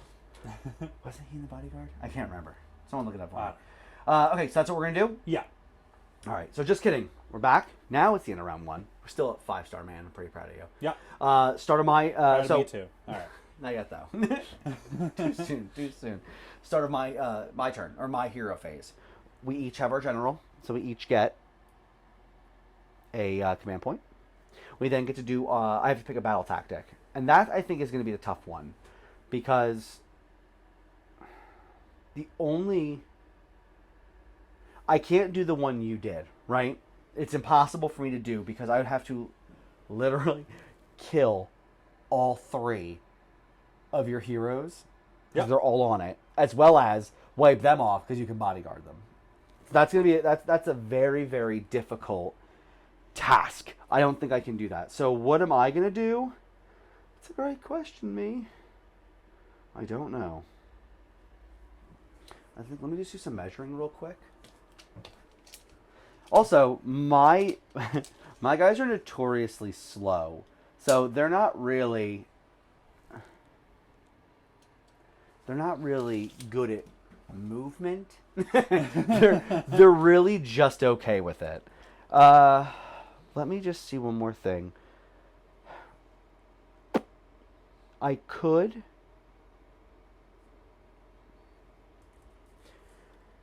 So here's where the math gets. Who said that? some handsome stranger. So it's a toss-up. I could do desecrate your lands and drop my guys here, and then make sure that I'm charge into here, knock some of your guys off, and try and hold this, or I can drop them over here. Fail a battle tactic for the first round, you know what I mean, and try your home objective. So I hold 1, I hold that one, so that's 3 points. Yeah. And then 1, 2, 3. Oh, but you know what? They wouldn't be held with the Galician champion, so I don't get that extra point, unfortunately. And it's a points game, unfortunately. Yeah, concede at any time. Concede at any time. I concede. Stream over. Taking my toys and going home. Okay, so I think what I'm going to do is I'm going to desecrate. I think it's safer. It's not. It's me every time I go into a Home Depot's bathroom. Yeah, I support that. I win the point every time. I've been there, done that. So I also could, in theory, this is in your zone, and they move 4. I could move 10. I could do that because I have to be within 3 inches. That's what I'm going to do. Okay, I have to pick a piece of terrain. This guy, it's technically in your deployment zone. So that's what I'll do. Grand strategy. You took my bush. You really showing me claiming. That's right. You know what it is? Claiming that bush. I take it, and then I just back away from you the entire time. Get out of here. Homer Simpson into the That's right. Exactly. Yeah. You can't see me. Desecrate the This fate. is called just covering. Just shaking my shrubs in This the is corner. called Just, covering. Ah! What are you doing? Yeah. Nothing. Okay. It's strategy. Ha! Yeah, heard of it? Okay, so I pick my battle tactic. Heroic action. I'm going to go with an extra command point because I don't think I have anything else that I really care about. You, in theory, so you have... As I say, you can do heroic willpower, which gives you the ability to unbind something. But each wizard, because you have one wizard, can unbind one thing. And I only have one spell that can be unbound. So there, in my opinion, you're within 30, absolutely. So you can attempt to unbind one of my spells, but I don't think having a second wizard is going to help because I only have one spell. Okay. Does that make sense? Yeah. So I'm going to 4 up, get an extra point. Ooh, don't call it a comeback. I've been here for, years? Been here for years. What are you going to do? Same thing? Yeah. Makes sense. Roll it. Yeah. Let's see it. Can you keep rolling them 6s? That's What a 5. cheater. What a cheater. All right, he got one too. So I have 5, you have 4. Hero phase stuff. I will... I don't want to engage you, but I guess I kind of have to. So what we will do is... What will we do? I never know what to do. I just want to pull up my list real quick because I think what my eye, I'm not ethereal, so I can buff Yes. my save. But the real question is, do I want to have exploding sixes or do I want to save? And I think maybe more hits is the way to go. I lied. Mystic Shield. We're going to have Mystic Shield. So my Lord Relictor, who is right here, is going to cast Mystic Shield on these guys right here, which makes their saves 1 better. Okay. I get it on... Oh, hold on. Mystic Shield is on a 5. And I rolled a 5. So I get it unless you want to attempt to unbind. And it's a silly question. He wants to unbind. Yeah. I only have 1 spell. He has 1 unbind. You always attempt it. So you roll 2 dice, and you have to roll above a 5. Your 5. Okay. I think that's pretty doable. I think it's done. 7. That's a 7. And you get to re-roll it, too. So, okay. So my magic is gone. You did it. I'm proud of you. You're not a wizard, Harry. Oh, no. So I will, though, move to prayers, because he's a prayer, and you can't do nothing about that. And I guess I will give the same unit, I'm going to try and bless them, their weapons. Well, that's not it. But, wait, hold on. I think I get to re-roll. No, I add 1 to the chanting. What's High Priest mean, though? Hold on. Re-roll chantings. Get it! I need a 2 up. Okay. 1 again. 1 again. That means I won again. Oh, you just threw the dice in there and landed on a 6. Yeah, that's pretty brutal. Okay, so guess what? Hero Face is done. Oh, I could have cast the Burning Head. Didn't matter. Okay, so what we're going to do is move to... movement. I said move to movement. No one likes me as much as I like me. All right, I'm going to use my extra CP to auto-run this unit. Dave, CP gets you flagged on Twitch. You can't. I don't know what that is. That's for the best. I like that. Let's keep it that way. All right, so Vindictors are... My army is very slow. You're 5 inches auto. So I'm auto running this guy 6 inches, so he gets to 11 inches, and we'll just put them right there. You're really gonna desecrate those shrubs. And I did it. It's actually also the gate, so get bad. Sheesh. So then we're just gonna do some fun. We're just gonna move, man. You know what we're gonna do? We're just gonna move.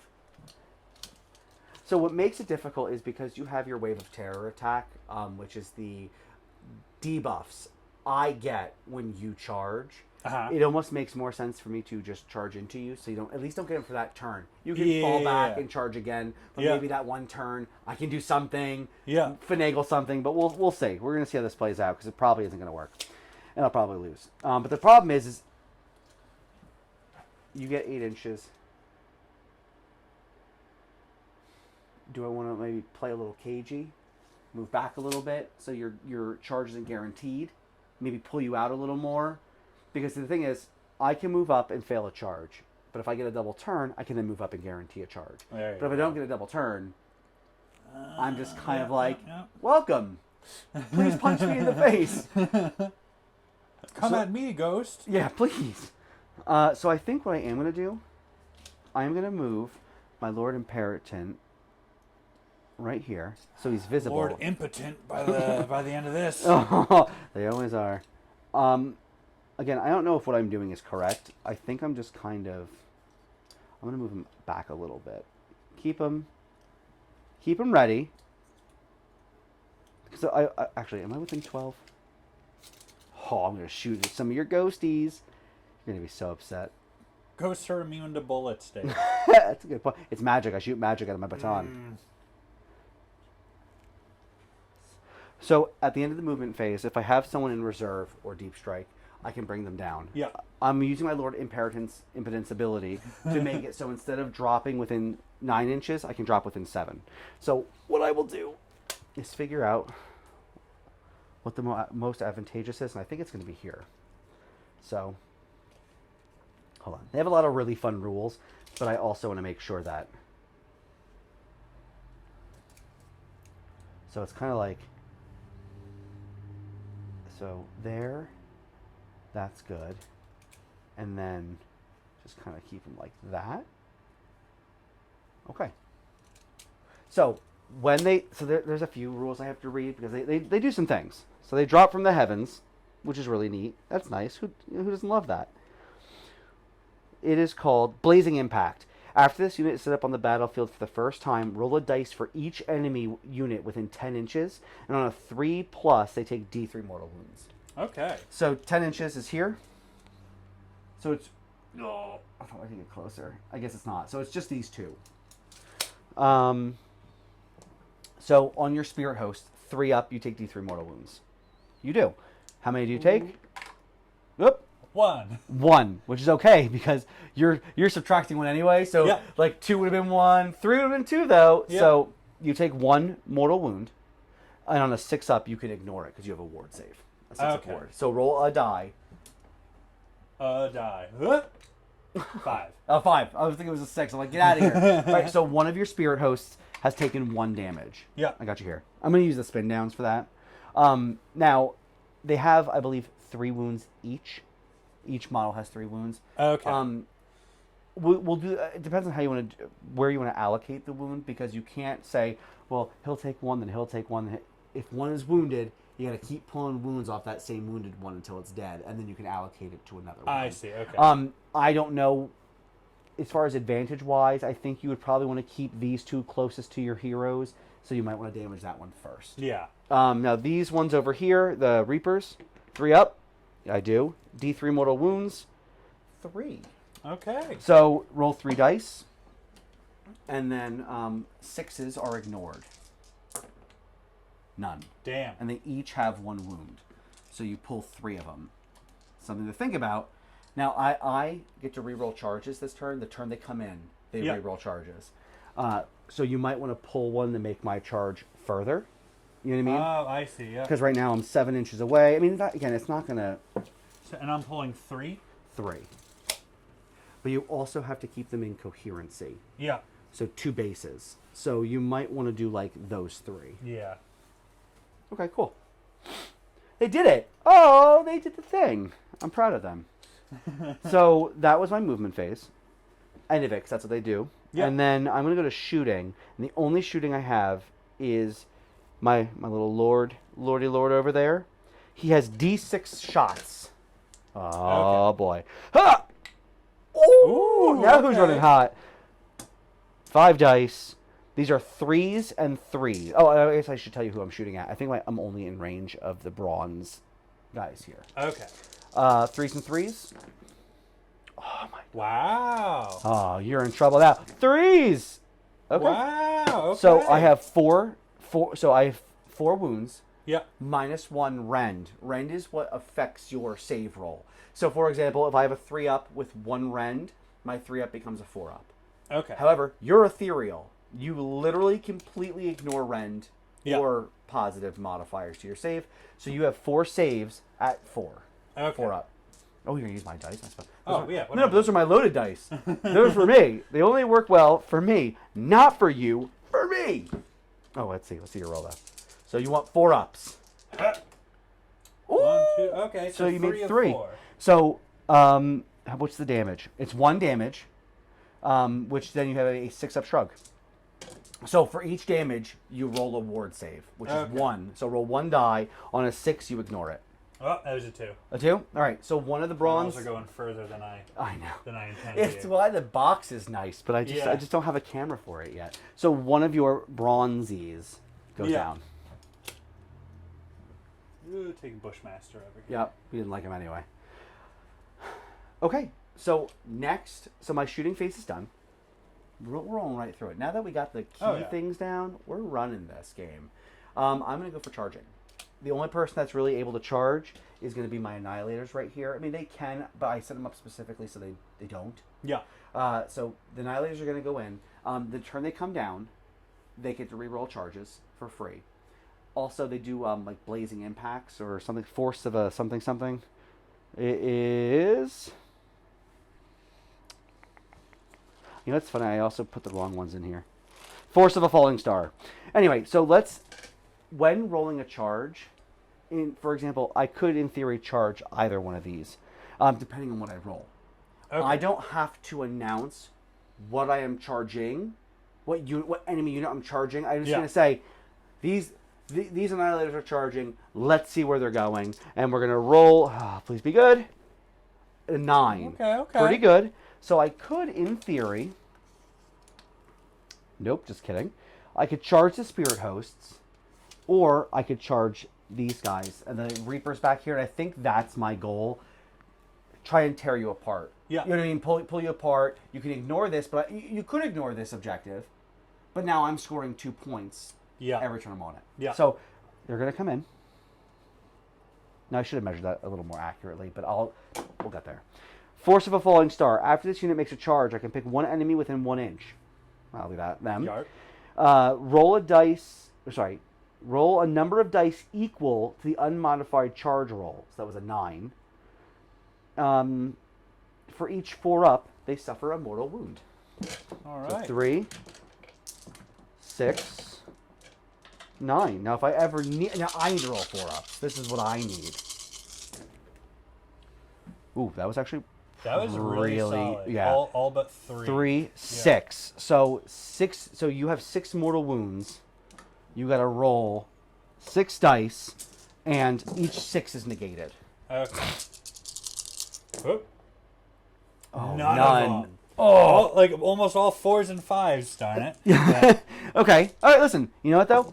That happens. So 6-up. Like I said, 6-up wards seem really nice, but like, how often are you really rolling all those 6s? Not that often. So they just took 6 damage. So you have to pull 6 models off. So that's all but 1. Perfect. All right. So. Whoop. Coherency won't matter too much because. Yeah.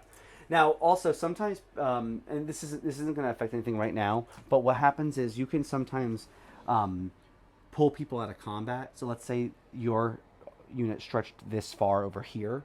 You can start pulling here, so you're out of here. Because what happens is I get to pile in 3 inches. Whenever whenever you're about to fight, your unit can pile in up to 3 inches as long as they end closer to the enemy model than they started. Yeah.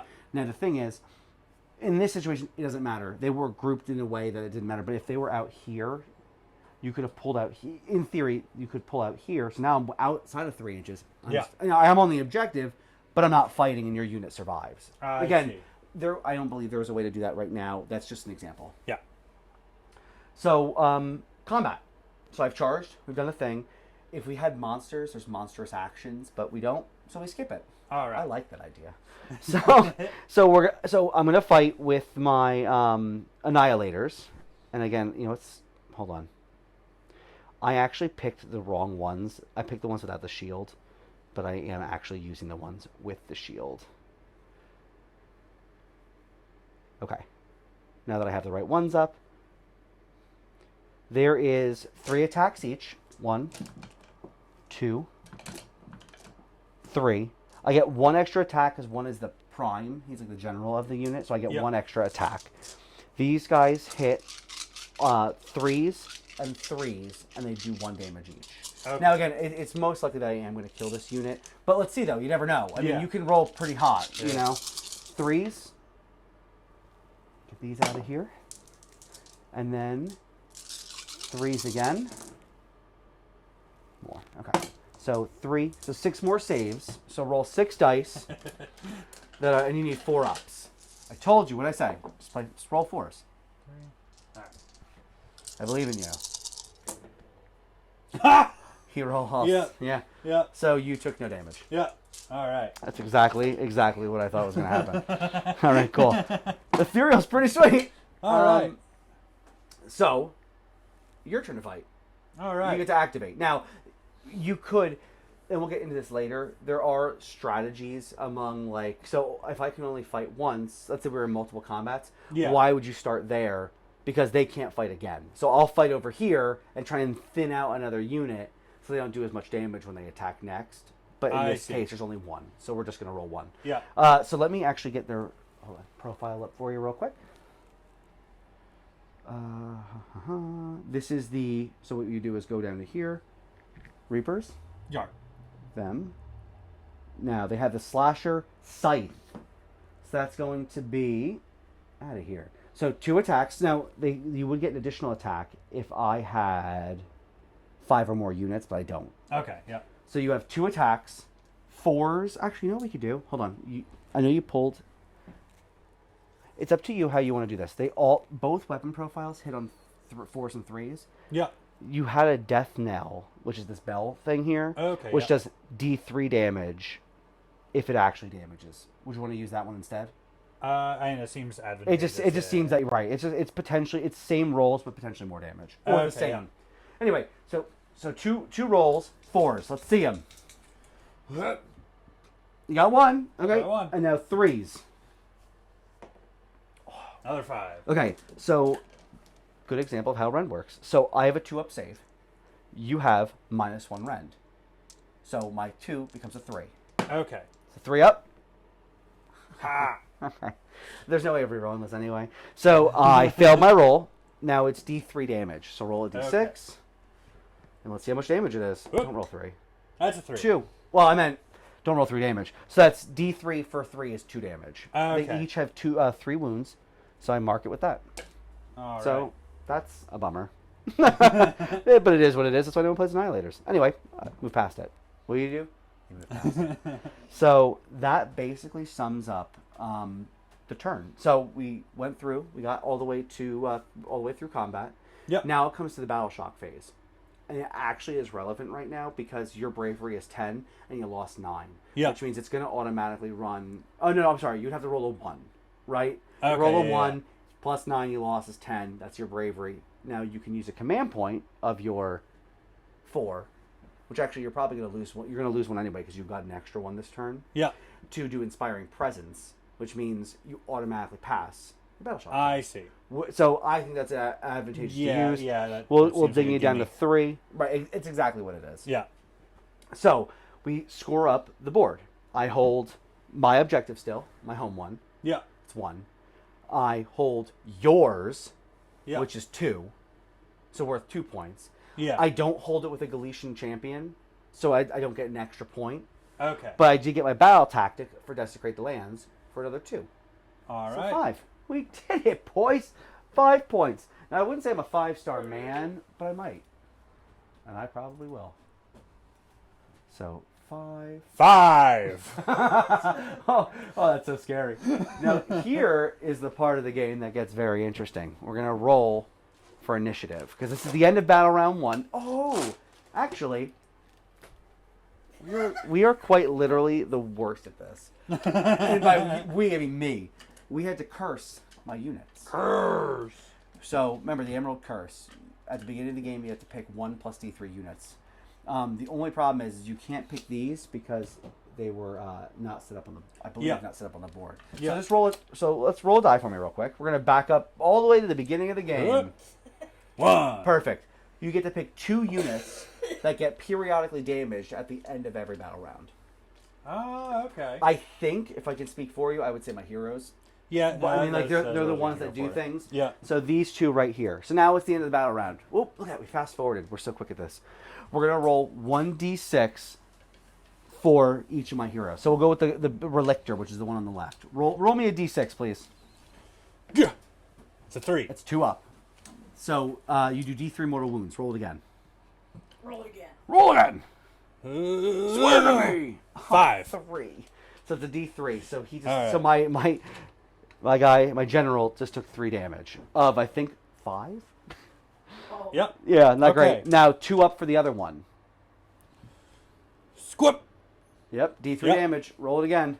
Beautiful bean footage. That's a 6 on the die. That's another 3 damage. So that's what's really cool. Oh, that's a big die. No one likes this one. Boop. That's what makes that Emerald Curse pretty strong. Now, I have ways of healing. I can heal things. If it's my turn again, I have a healing prayer that I could do, and we can have some fun with that. But that's brutal. That's literally, I believe. I'll double check the wound characteristic, but that's huge. That's literally... Yeah, he has 6 wounds. So he is now half health. Yeah. Just from the curse. Yeah. So what we're doing... curse. So next, we move to initiative. This is the tough part. We roll off. Whoever has the highest roll gets to decide who takes the next turn. They don't have to take the next turn. They get to decide. And ties go to you because I just went. I see. Okay. Okay? Oh, boy. Red and blue, go! That's a tie. All right. That's a tie. So, the reason because a lot of people go, well, why wouldn't I just take the turn? I think it's advantageous for you to take this turn. Yeah. With that said, there are thoughts where I go, okay, if I give you the turn, am I that afraid of what you're going to do? Number one. And that means if I give you the next turn, that means I get to go second again, get an extra command point. And also, next turn, I could possibly go for a double turn as well. Also, we forgot one more thing. I'm so sorry. End of combat.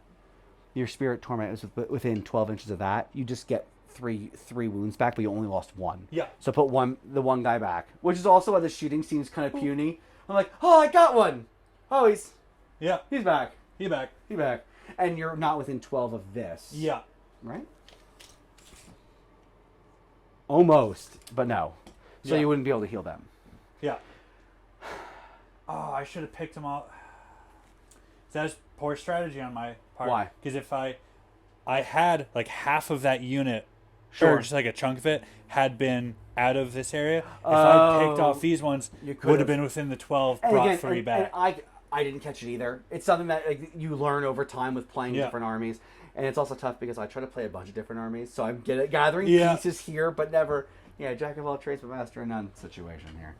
Okay, so would you like to take the turn? I think I'll take the turn. I think that makes the most sense. Yeah. I think that makes the most sense. So we lose all of our beautiful, beautiful command points. Yeah. We're going to go to round... So this is going to be a Night Haunt turn 2. I got to just do this over here. Where are you? There you are. Neat. Nito Toledo. That's what I always say. Yeah, I think I said it once. I think. So we start off with a battle tactic. So this is probably going to be, again, the hardest part because these are all new. Yeah. I don't know them that well. What's funny is you could have done an eye for an eye had I killed that last model. Yeah. Last model. So you could. So we have. So here are all the battle tactics. I'm going to go. I mean, can you see anything? You can't. So we have Desecrate the Lands, which is what I did. Yeah. Get to a terrain feature. The ones in your territory, mine, are just this piece here. I'm sorry. I see. The corner piece and this piece. This building, which I only have one model on. So, like, if you can get more than one model within 3 inches, you can get Desecrate the Lands. Yeah. Gaining momentum is pick an enemy unit on the battlefield. Complete this tactic if you destroy it and hold more objectives than me. I don't think that's possible unless you were to backtrack a lot of your stuff here. Yeah. And I don't think that's... I don't know if it's worth it. It's you're sacrificing forward momentum. Yeah. To kill something of mine to get me off of your home objective, which is big because I'm not scoring 2 points, but you're already going to get 2 points for holding this because you hold one, and you hold it with a Galician champion. Yeah. So you're going to get 2 anyway. I don't know as far as mathematically how that's going to really play out. Yeah. Lead the assault. 2 or more objectives you control or an enemy territory. We can't even do that. Okay. All right. Just kidding. This one's mine. Pick an enemy unit on the battlefield, and if your general, so lefty, kills it, I think that's pretty unlikely at this point, or at this time. Yeah. Pick an objective you control by an opponent. You complete this tactic if you control the objective with 2 or more friendly Galician champions. So I mean, you could again backtrack here, move everything, charge everything, for the most part, but that's a lot of backtracking. But, I mean, I don't know. I think the ease... So it depends on what you want to do. If you want... I'm going to go back to the bird's eye view real quick. If you wanted to continue the pressure, right? You could do something like Desecrate the Lands. Move these guys up within 3 inches because you can't get closer than 3, right? 3 inches. Move them up to here. You're already going to Desecrate here because I only have 1. Maybe it's 3 inches per model. So I have 3 models on it. I'm sure you can get more than 3. You know what I mean? Yeah. And then after damage kind of thing. So, like, you could Desecrate my lands by moving them up to here, them up to here. Even keep... You don't even have to... You can charge them if you want, but you can also keep them right on the objective. Yeah, so hold keep the objective. your bubble going. So you'll hold 1 but you won't hold this one or that one. So this turn, we're talking about 1 point, 2 point, 3 point, 4 point if you score your objective. Yeah. Which isn't bad, but it's not great. Yeah. I think I'm gonna go for the desecrate. Sure. And pick that one there. Yeah. And actually, it really up to you. Remember, you can retreat if you wanted to, and you could move that one single guy left. Yeah. And move him to right desecrate here. But I don't know if that matters too much because you're already going to be in here. Yeah. I don't think there's a chance that you don't get desecrate in here. Yeah. And if you wanted to, you could even move him, run him. Oh, no, you can't. Sorry, he's in combat. But you can move him up 8 and try and keep him within 12 of this guy and heal 3 back at the end of combat. Does that make sense? Oh, so it doesn't have to be three wounds that were dealt within that turn, No, so I could as long as the unit's still alive. Okay. As long as the unit's still alive, he can okay. It's really tough. It reminds me of a lot of Necrons. Yeah. When they were first announced. Yeah. It's like, oh no, I'm dying. JK, so, I'm back. So we're gonna do desecrate then, right? And with desecrate, is it like is this like a billiards? Like I'm calling that one, and that's the one I have to desecrate. The one you have to desecrate. Okay. Correct. Yeah. So this though, and I did this kind of on purpose. These are in no man's land, so we're literally picking these big towers. Yeah. So we'll pick this one. All right. So we go to hero phase. You picked your beginning. You picked your battle tactic. Yeah. You can rally, but you can't because you're in combat here, so you can't do anything about that. Yeah. We're gonna pick a heroic. We did the battle tactic. Sorry, the heroic action. So that's gonna be the you can heal a hero. None of your heroes are damaged. Yeah. You can. Well, there's no willpower. You can give one the finest hour, which gives them the +1 to wound. But I really don't know how relevant that is, and I don't know how often they're really going to be getting into combat at this moment. Yeah. Maybe next turn. I think extra CP, right? I think that makes the most sense. I'm going second, so I get 2. I forgot to add that. You're going first, so you get 1. You have your general. I barely have my general. So I have 3, you have 2. Yeah. Would you like to go for, what would you like to do? So it's 4 up extra.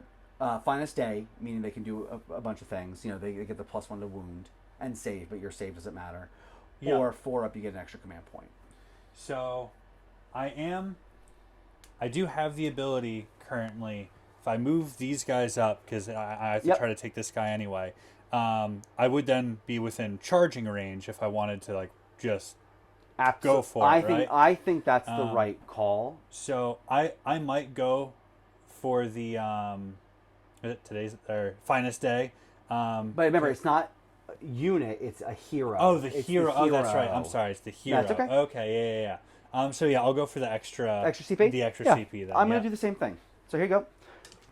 Whoops, 4 up. You get an extra CP. Whoop. Yeah, you're not inspiring nothing. Oh, but I am. Aha!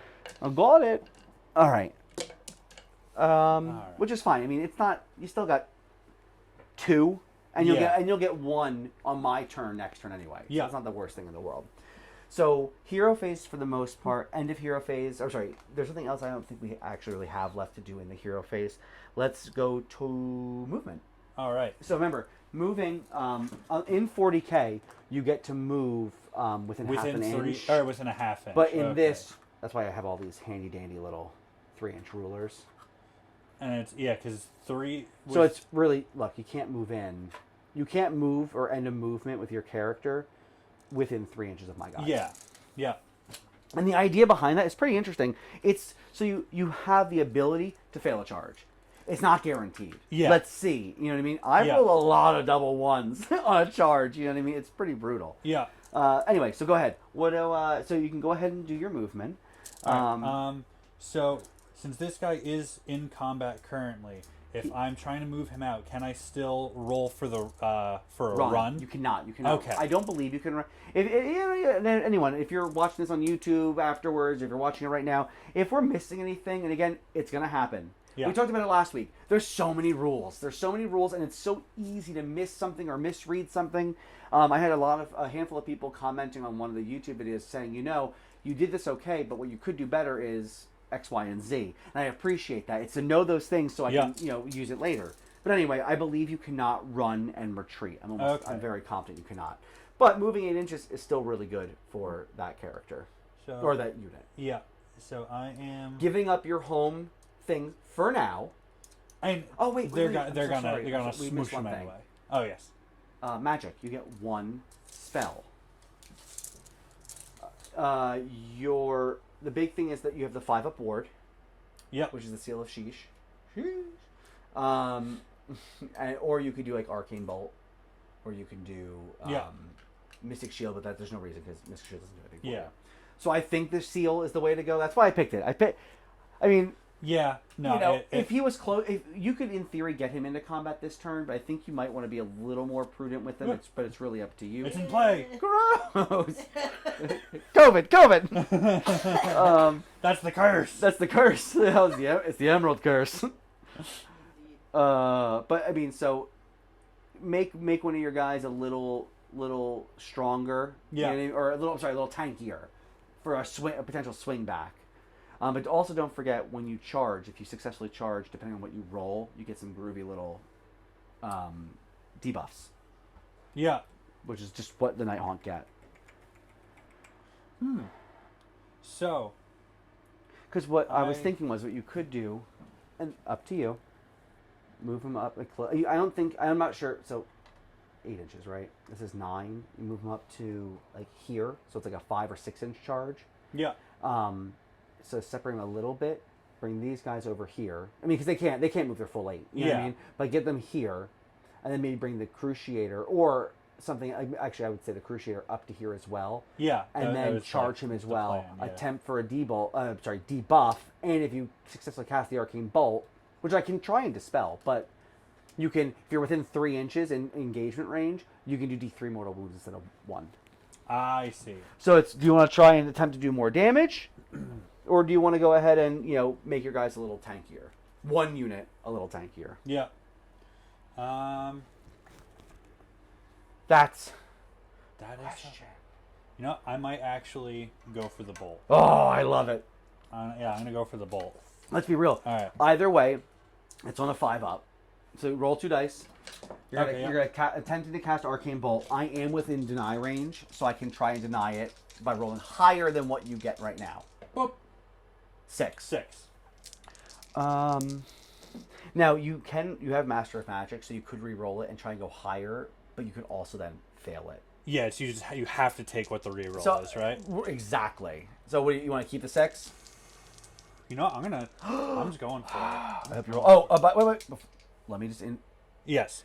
If you roll a double 1, it's a miscast, and you take D3 damage. Woo! I'm just gonna go for it. Oh. I'm counting on the dice here. 8? Ooh, okay, 8. All right. Let's see. Can I roll a 9? Oh, 7. You got the Arcane Bolt. So it's a good thing I did that reroll. Otherwise, until next time he does it. He takes D3 and kills his hero. But that's okay. That's okay. You move past those things. Yeah. So Cruciator has the Arcane Bolt stored, tipping it, pinching it, keeping it in until you're ready to fight. Yep. It's butt cheeks clenched, toes point up. Yep. And you don't think about it. Yep. Look. 2. I'm a child. So we wanted to move him, right? Oh, yes. Yep. And don't forget, we want to keep him within 12. Yeah. So that's 9. So really, you were really almost there. You can move him wherever you want. Yeah. So it'd be the front of him touching right there. There you go. All right. Okay. All right, let me move back to Bird's Eye. Boo! So we can kind of see the movement, and I'm not just blocking everything with my massive body. And so I'm just gonna clumsily. Here, let me help, because these guys. Oh, how do you want to do it? I want. Yeah, I'm getting, because I have to have 3 of them within. Yep. Within what type of range? 3 inches range. Within 3. Oh, okay. So really, honestly, what we're probably going to be doing is just this. This is obviously within 8 inches. We're just 1, 2, 3, 4. Wait a minute. Is it 5? Oh. I might have grabbed the wrong one, but if I'm being honest, I don't know. Hold on. 1, 2, 3, 4, 5, 6, 7, 8, 9, 10. So this, I think I grabbed one from the other unit, but I'll just move them over there. Move past it.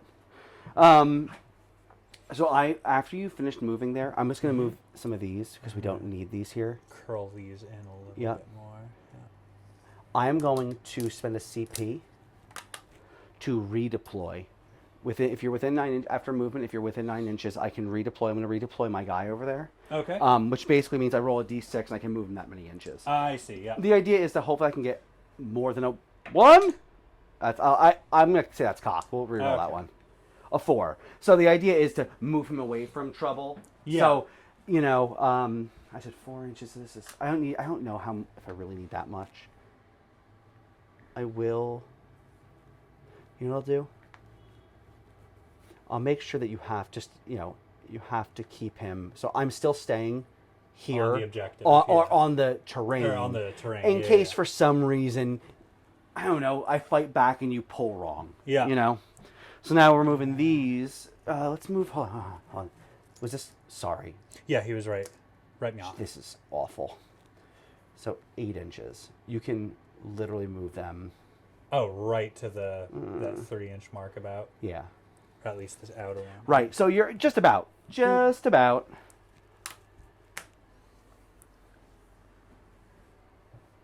And so, like, my goal here, like, while you're moving, I'm gonna freestyle real quick. No, my goal is here. So I really, really like this game. I've had a lot of fun playing with the community. It's been so welcoming and warm. Like there's games because when you start a new hobby and you remember Magic, going to a Magic tournament. I remember being someone playing against someone who was. There's always gonna be salty people, but like everyone I played against was just kind of like it was very intimidating. It is intimidating here too, but everyone's super welcome. I played a big tournament over last year.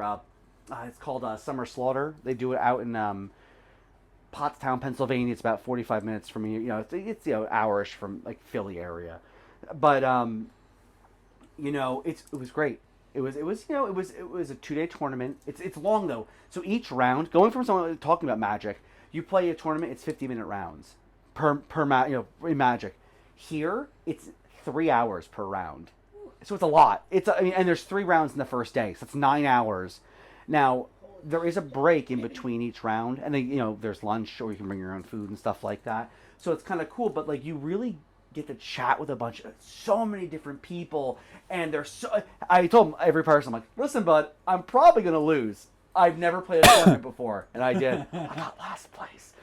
But it was just, everyone was like, yeah, no problem. If you're, you know what I mean? I messed up a couple times, and even one guy was like, listen, I'm not going to let you take it back the next time because you keep forgetting. I'm like, I get it. No, it's cool. Don't worry about it. It was like my 4th time. I'm like, enough is enough. I get it. Make me, if I screw it up again, it's my own fault. Right. So anyway, but it was super cool, super inviting, and I love it. And I want, it's hard to get into because it can be expensive. There's a price point to it. You have to, they come unpainted. You got to paint all these things. It's such an undertaking, but I've really enjoyed the painting aspects. So I'm just like, let's just do this. Let's just do that. And I want to expand it. You've never played before. I have armies to pick from. Please pick an army. Let's play. Let's have a good time. We'll stream it on here so people can laugh at us because we're idiots. That's who I am as a person. Something to think about. You move these here. Yes. And that might block. I mean, again, you can, if you charge this way, it leaves an opening for him. But you might want to, I was thinking. For his bolt, or. Yeah, exactly. But I think you're fine where you are. You're gonna move him back here. Oops, sorry. Back here anyway. Yeah. Right. That should be 8. Yeah. Or just about. You're like right there. You could probably, if you wanted to, roll these charges first. To get them here or something like that. Yeah. Then them. Call it a day. And now, so that 12-inch. He has for the healing. Yeah. So I would say I'll help you out here. He had to be wholly within 12, right? Oh, so wholly within 12. No. You're good. So. Oh, I see. I'm sorry. You were absolutely correct. I was the one who was wrong. Oops. You got it. Hold it there. There we go. Oh, but we can do that. The leg. Okay, yeah. So we can keep it there. Yeah. This guy, I would say, move up to here, right? Because and we want these spirit hosts. Yeah, right up. Bodyguarding everyone. So, you know what? Also, I forgot the spirit host was damaged as well. Yeah. You healed the one here. The other one could have healed this one. Okay, yeah. Because you get 2 of them. So that's gone. We'll say we remembered. Again, Yeah. rules. Who has time for reading? Not this nerd. I'm just rotating. Okay. All right. So I think that's all the movement. Yeah. Here, let's come back around here. As I bump into everything. Are you guys comfortable temperature-wise? We okay? I'm doing good. If you're warm, let me know. We can pop that thing off. My feet are cold. How about now? Okay. I have nothing. I couldn't think of anything really good to say, so I just went with sass. That's what you do. You know what to say? You go with sass. That's what I do. Live my life by that. So we have heroic, movement. Yeah. Finish the movement. There's nothing really else to do. We are going to shooting. The only shooting you have is the Cruel Gas Cruciator, which is right here. With a 12-inch range. You can shoot. Can I get them? You can. You can get 1, 2, 3. This is not. So I know there's windows here, and this is something that you can talk about with your opponents. I usually just play as impassable. I'm not like, oh, the window's open, so I just say, listen, it's a ruin. Can't see through it. Yeah. You can't. You if you need line of sight, you can't. There's a big spooky spider web in there. You know, can't, what if the... I don't know. He shoots a torture. I think that's what it's called. It's bizarre. I don't know. What do you want from me? So you're going to shoot at who? So your shooting profile, I'll show you here, for your Cruciator is Phantasmal Torture. I was not far off. 4 attacks, 12-inch range, 3s, -2, 1 damage each. So, in theory, if you roll perfectly and I fail everything, you could do 4 damage. Yeah. Which is enough to kill him. He's not... and that is my general. That's boring. Yeah. Meh.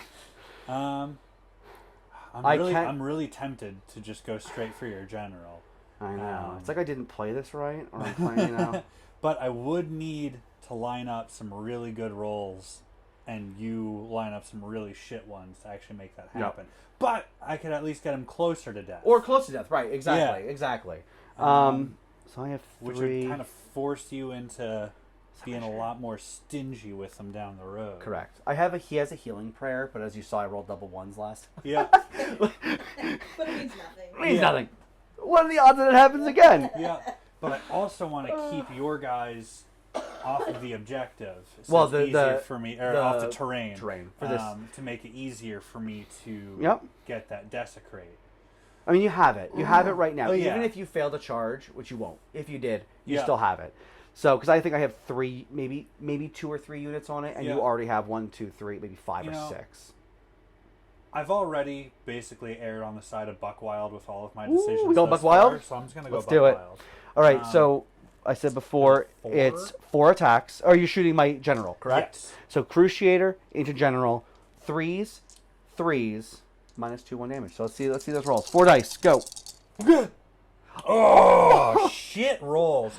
This is not what I can re-roll, right? Sheesh rolls. Yeah. It's correct. So that's it. Get out of right. here. You didn't want it anyway. Yeah. Okay. It happens to me all the time. Yeah. All the time. I mean, shooting roll. I basically just look at that as just it. That's, and you're not a shooting army. This is all just gravy. Yeah. Exactly. Yeah. I spilled the gravy. Spilled the can of beans. Yeah. Okay. So. Why'd you spill your beans? Well done. Anybody that hasn't seen Lighthouse can just burn. What a great movie. So much farts. Okay. Spilled your beans. Unless you don't like squid monsters, you know. Yeah. That scares you. So we're done shooting. Yeah. We're gonna go to charges. Let's do That's charges. what I was waiting for. Who are we starting with? Who do you want to start with? I'll start with these guys. I think that's a good idea. Remember, you don't have to declare who you're charging yet. You get to roll the charge first. Okay. All right. So let's go here. Pew! Let's roll that charge. Let's see what's happening. Is it single die for the charge? 2. No, 2 it's die. it's 2d6. The 7. 5 and a 2, 7. So you have essentially, and then you have to land. So not everyone has to land a ½ inch. You have to have one model within ½ an inch, and then you get a 3-inch pile in after they activate. Oh, they got it. So you absolutely have it. If you want to charge this, and if you wanted to, you could charge here and have a few of these dabble into. Okay. If that's what you wanted to do. Yeah.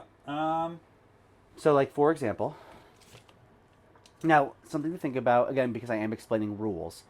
When I get to activate, I can, if you're within 3 inches of this unit, and let's say you run into here and you use all your attacks into these guys. And you wipe them. I then, if you're within 3 inches of him, get to pile in. Because he's technically in combat. So there are some times where you want to maneuver a little bit, because I don't want to, we call it tagging. I don't want to tag the big guy over here, so I'm going to stay outside of 3 inches and fight here. But in this case, I don't know how much it actually matters, but it is something to think about. All right. So you absolutely can get these guys into these Vindictors, as well as probably him. Yeah.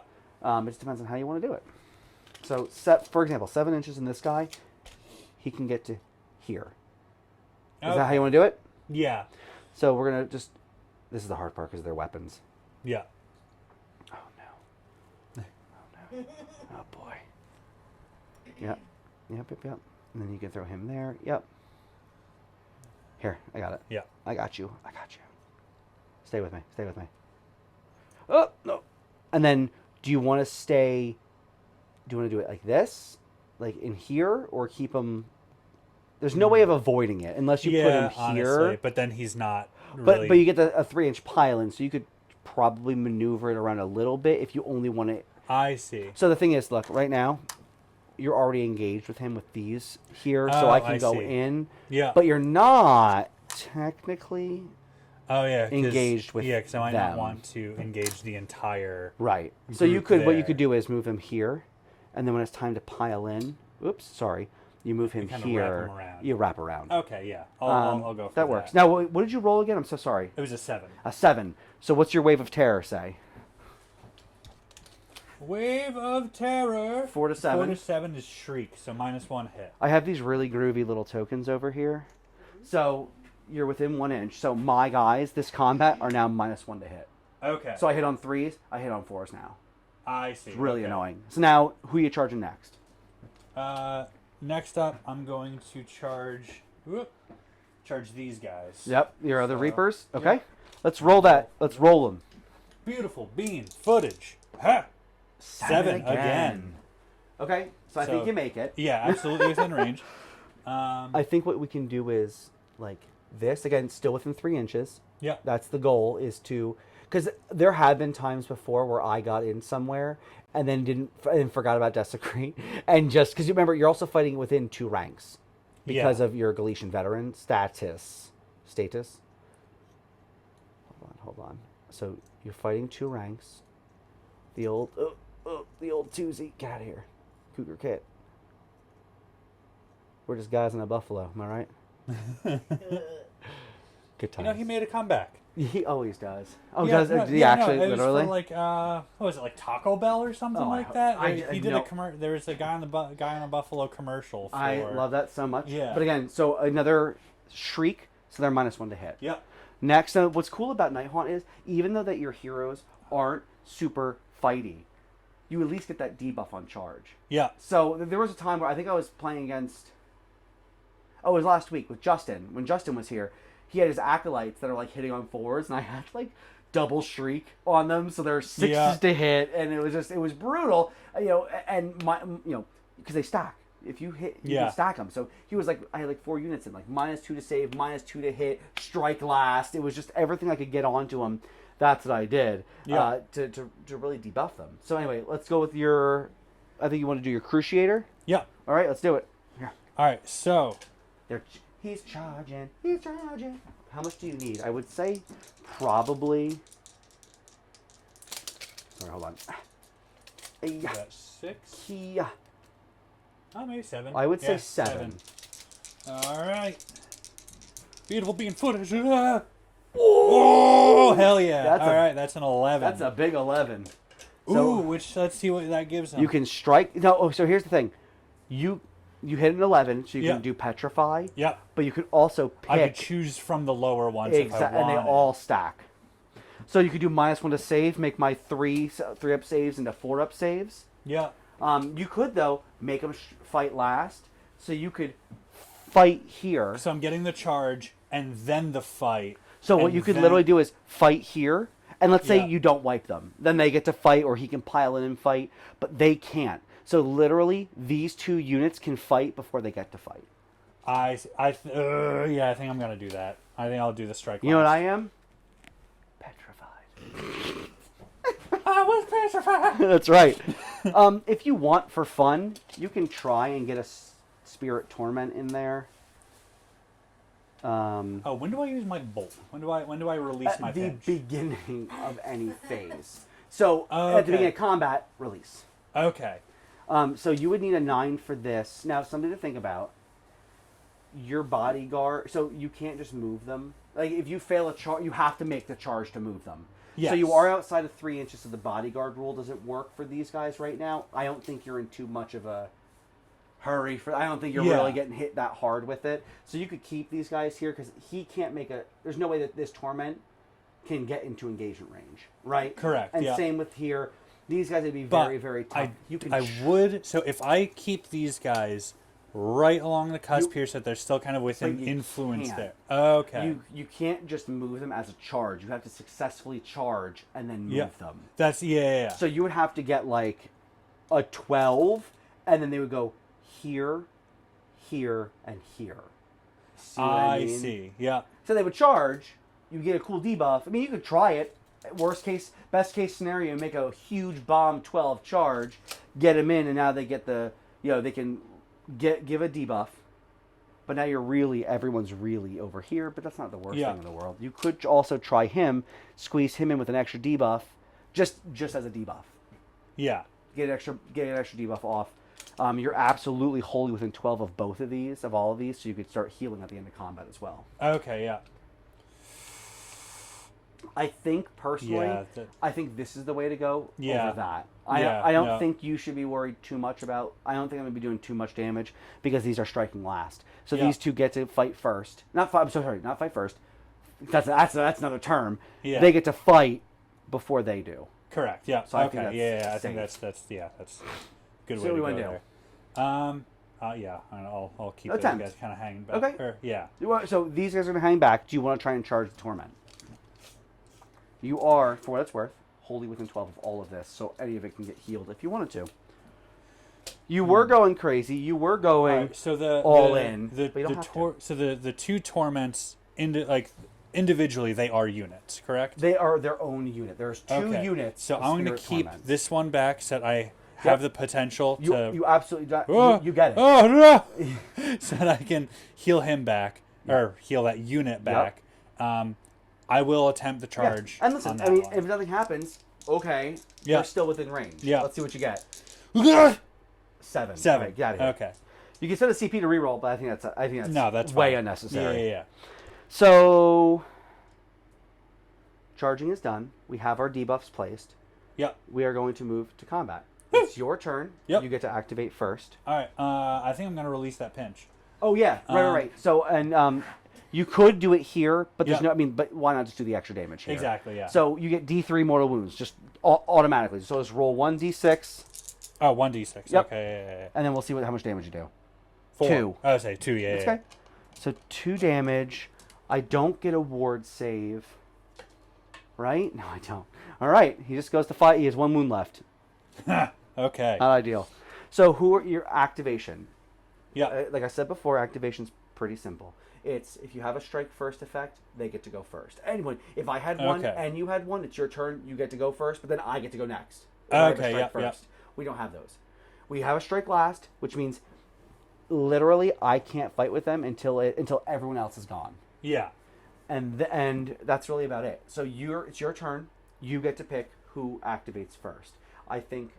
Well, what do you think? At least just like as a complete novice, it seems like it would make most sense to try to see if I could wear them down right off the bat, so that by the time it does, and they're going just last anyway.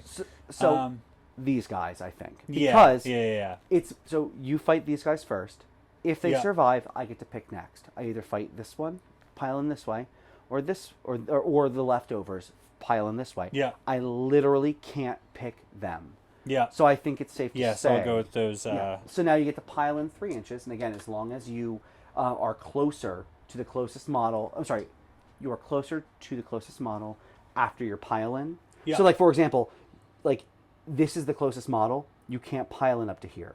So Yeah. you would pile in here.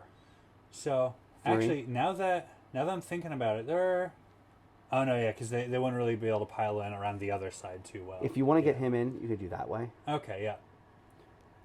So now he's closer to this, not to him. Yeah. And you're fighting in 2 ranks because of Galician veterans. Yep. So they're all in. So let's look at your. Hold on, let's go back to here. Hello. We're going back to, and if you're unfamiliar, what we're looking at right now is the Age of Sigmar app, and in the App Store, it's phenomenal. It's free. The only downside is when new books come out, and they are always coming out. So Nighthaunt, there's so many. Both of these have a newer battle tome. They're locked unless you own the actual it counts. tome. It counts. You have to unlock the abilities and spell lore and stuff like that. If you don't own the book, you have to buy the book. Yeah. Or buy a code for it. I don't know. Some people sell it separately because they don't care enough. Yeah. But you'd have to get that on there. But it's great because you have an army builder. So I keep all of my weekly. I mean, like, take a look. Like, I have them all labeled. I have weekly armies all in here. Just even fun things. Things I'm taking to a tournament. Things I want to play later on the channel here. It's a great app. But that's what we're looking at right now. What we're checking out is the Grimghast Reaper profile. So they each get 2 attacks. But I know I've got a couple of those bellboys in there. So I know, technically, though, is 1 model in the entire thing gets a bell. See. I know there might be more. It's because I was lazy and I wanted them to look cool. I like the bell. So I threw them in there. Okay, but technically, only 1 has it. Now, all of yours hit on 3s. Yep. You could use a CP to all out attack. So they'd be hitting, I'm sorry, they hit on 4s. So they would be hitting on 3s. But all out attack gives it +1 to hit. Yeah. And since they had and I strike last, and I'm -1 to hit. Okay, meaning so when you, I like, attack retaliate. you, Yeah. I'm worse. So I'm streaked. I'm so scared. Yeah. I'm so scared. Huh. Well, if I'm being honest, I'm always scared. And there's an ability. Reaped like corn. Add 1 of the attack characteristics of this unit if the models that the unit you're fighting has 5 or more. I have exactly 5. Yep. So all of them have 3 attacks. Oh, okay. Yeah. So if you want to, you can all out attack, so they're hitting on 3s rather than 4s. Yeah. That would bring you from 2 CP to 1. Hold on. I think it's worth doing. I love it. I'm gonna go whole hog. Let's do it. Do it. Those Duke boys are at it again. So I'll go back and pew, bird's eye. So also don't forget. No, close. I already said no. 6s are auto wound. Okay. So let's do this first. So you have 10 of them. 1 of them has the death knell. So that's 3 attacks. So roll 3 first. Okay. For the death knell. So 3. So this is gonna be 3s and 3s. Do I want to wait? Hold on. Do I want to all out defense? You can try. I'm just gonna do it. Whoops. So I'm +1 to save right now. So my 3s go to 2s, but I think you have -1 rend, so they go back to 3s. Okay. So anyway, so first thing is death knell. 3 attacks, 3s and 3s. Let's see it. Okay, so you failed, but that's a 6. So it's an auto wound. So I have to go to my save. 3s. So the way it would work is save stacking. So I have a 3-up save. Yep. You can't double, like, so if let's say I had 2 ways of giving him +1 to save, that 3 could not go to a 1. 1's always fail. Okay. But let's say I have a 3-up. It's now a 2-up, but you have -1 rend. So my 2-up goes back to a 3-up. However, if I had a double save stacking, it doesn't actually add to the save, it ignores rend. So so if I had a double, I could get rid of that rend and go back to a 2-up. However, I don't. And if you didn't have any rend, it would still be a 3-up. Okay. Or sorry, it would still be a 2-up because I can't go to a 1-up. Yeah. Okay? Anyway, so I need a 3-up to ignore it. Oh, come on. Oh, this is brutal. Okay, I failed it. So this is D3 damage. Yep. Roll it. Yep. 6. Okay. So that's 1 slain model, and 1 is wounded. I will pull. I don't think it matters. I'll pull this back one. No, this one. However, now I have Hallowed Knight's ability. Okay. So upon death, on a 4-up, they get to fight. That one model gets to fight. Yeah. He gets to fight. Ooh. You're in trouble now. He's peeved.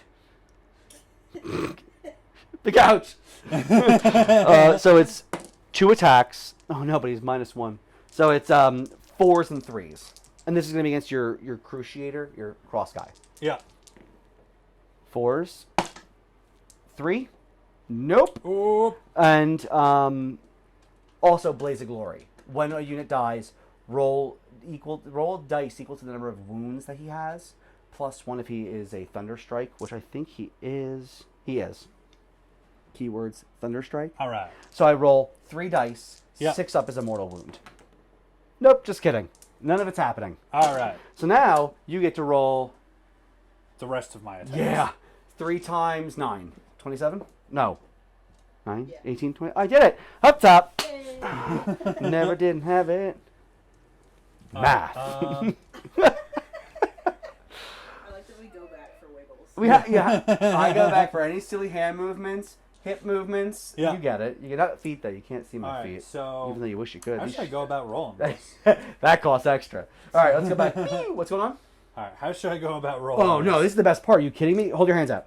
All right. So you have. I have 4. So you have 9 attacks or 9 people. 1, 2, 3, 4, 5, 6, 7, 8, 9. Right? That's the best part. Yeah. This is the best part. So you're gonna roll. You're gonna chugga. You're on 3s to hit. All right. 6s auto wound. Nice hunt. Ooh, that's a lot. Okay, so let's pick out the failures. All right. So, what is it? Anything under what is a failure? So you're hitting on 3s. Hitting on 3. So Those are all the Yeah. failures, I think. Now, Yeah. 6s, let's pick out. There's not many. Nope, that's it. Just 2. So Okay. these automatically wound. So that means now you roll those to wound, which are on 3s. Because that's what it says in here. And I read sometimes. Comprehend even less. All right. Now 6s here mean nothing. Okay. So it's just now you're also destroying my terrain. You're out of control. So how many wounds? 3, 6, 9, 12, 15. Okay, so I'm just going to roll your dice because it's easier. Yeah. And I don't care. So again, similar. You have... Oh, wait. Sorry, that's my army. -1 rend. 3 up. We then go to a 4 up by all that defense, so it's back to a 3 up. Yeah. So 3 up. Wait. 3 go to 2, back up to 3. Yep, I know how this works. Oh, yeah. I figured it out. Oh. I figured it out. Math. So these are 3 ups. Get it? That was pretty good. I lied. Not great. So these are saved. Yeah. So they have 2 wounds each, and 1's wounded. So 1's dead, 2's dead, 3 are dead. Okay.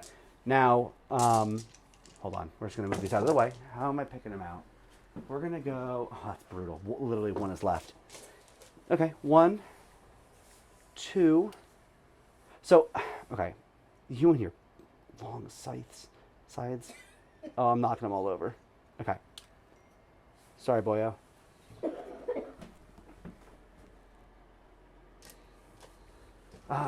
Sorry, hold on. Yep. So I have things to do. So 3 of them died. So 3 4-ups, right? Whoops. Doesn't count. Oh, that was a 6 too. All right. On 4-ups, they fight. 1 fights. So again, well, it's already removed from the table, but no, none. 3 die, 3 explode. 1, 2, 3. Remember, it's because they have 2 wounds each. It's 2 dice plus 1 because of Thunderstrike. Okay. So this is all this is 6 up, do a mortal wound. Got 1. Pew! All right. So I blow up. Yeah. Now the thing is though, it's on the Reapers. You have a 6-up shrug. Just don't roll a 6, please. Yes. All right. So one of them pops. Got 1. So there's still 1 left. So I'll leave here. So one of your Reapers Tricorn dies. activate. I missed you already. Not like your Torment can just bring up to 3 back anyway. Yep. So that's fun for me. Oh my god, we are so stupid. We are so stupid. I'm so mad. I pulled from the wrong one. You were activating the left. Oh, first. yep.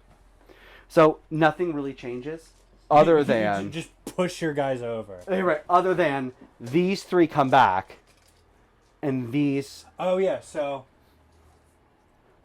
one of these will die. Yeah. And what's tricorn activate. Okay. So it's Wait, no, I don't want to break ranks. Yeah. Pop that guy. Yeah. So actually, hold on.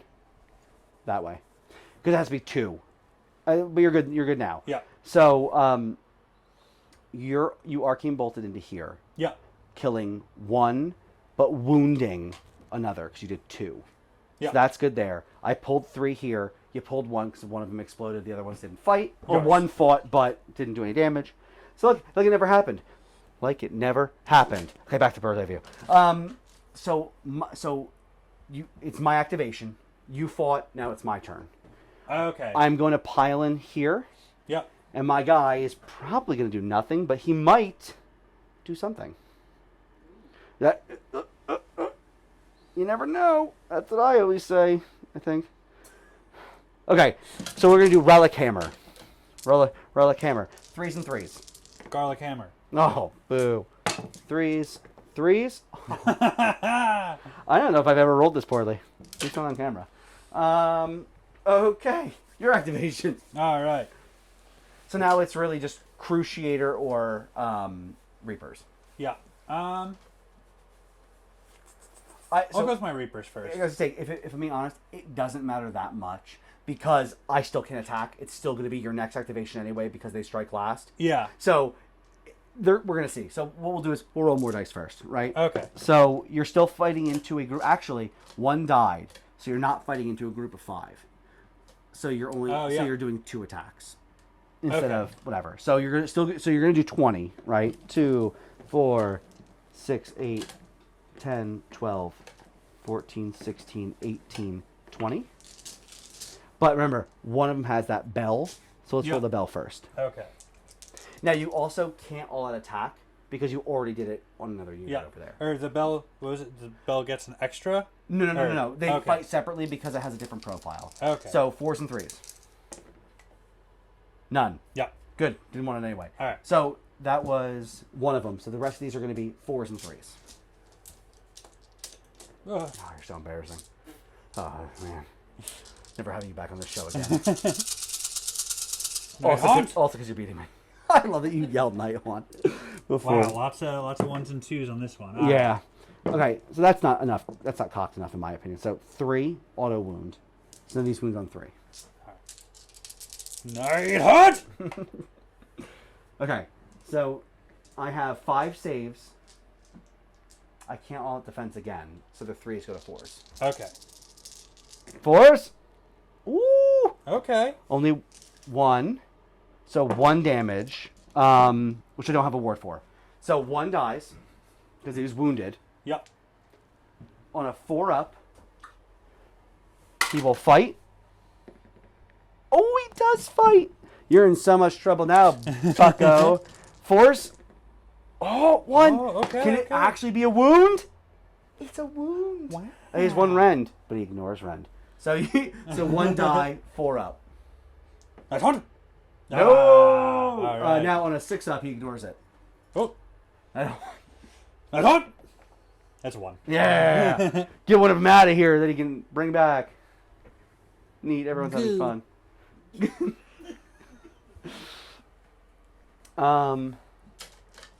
Now it is your activation again because my unit fights last. So the last one is going to be into your Cruciator. Yep. Into the same unit before. So the Cruciator is. There you go. Talons and Fencing Knives. 4 attacks, 3s, -1. 2 damage each, though. All right. Let's see what you got. Night Haunt! Okay, no 6s, but that's okay. 3 Yep. hits. Now you go for 3s.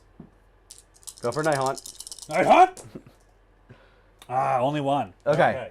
-1 rend, so 3s go to 4s. Did not make it. Boo. That's 2 damage. I have no ward, so another one dies. It's okay. This is my strategy. I tire him out. I tire him. Oh, I am like the up top. Go birds. Go birds. Go birds. Call. Are you an actual Giants fan? Awkward. This is awkward. Yeah, it happens. Just be better. 4 up. Nothing. And then 3 up. So these are 6s. Do mortal wounds. None. Okay. Okay. And that was it, I think. Yeah. Oh, now I get to bring back. All right. So we are in the combat phase, right? Okay. Still in combat. That's okay. No, this is the whole point. The combat phase. We had no beginning of combat stuff besides you arcane bolting. Yeah. Then you fought. I fought. You fought. You fought. Or no, then I fought again. Oh wait. Yeah. Hold on. I forgot. I'm such an idiot. It's my turn to fight. Oh yeah. So fight last. I forgot about these. So I didn't fight with these guys either because I was too busy letting you pillage over there. So what I'm going to do is I'm just going to. So technically, before Cruciator fought, I should have fought with my spearmen. I see. Okay, Anyway, it's not that big of a deal. They each get. So to correct it, I'm just going to fight twice. That's all. Okay. I'm going to fight with the unit that should have, and then the unit that fights last. With that said, it doesn't matter too much because they all have -1 to hit, which is a bummer. I have a prime, so I get an extra attack. Yep. And I have 2 guys left over there. Yes. So these are going to be on 4s. Okay, that's not bad. I'll take that. And then 3s. Oh. Those are 2s and 1s. Okay, I got 2 guys over there. So actually, same. First thought, best thought. Let's do it. 4s. Oh, brutal. 3s. I got it. Oh, I got 1. Get it. Roll your save. Roll your 4 up. Go. Fail it. Oh, that's a 4. Yeah. All right, we saved it.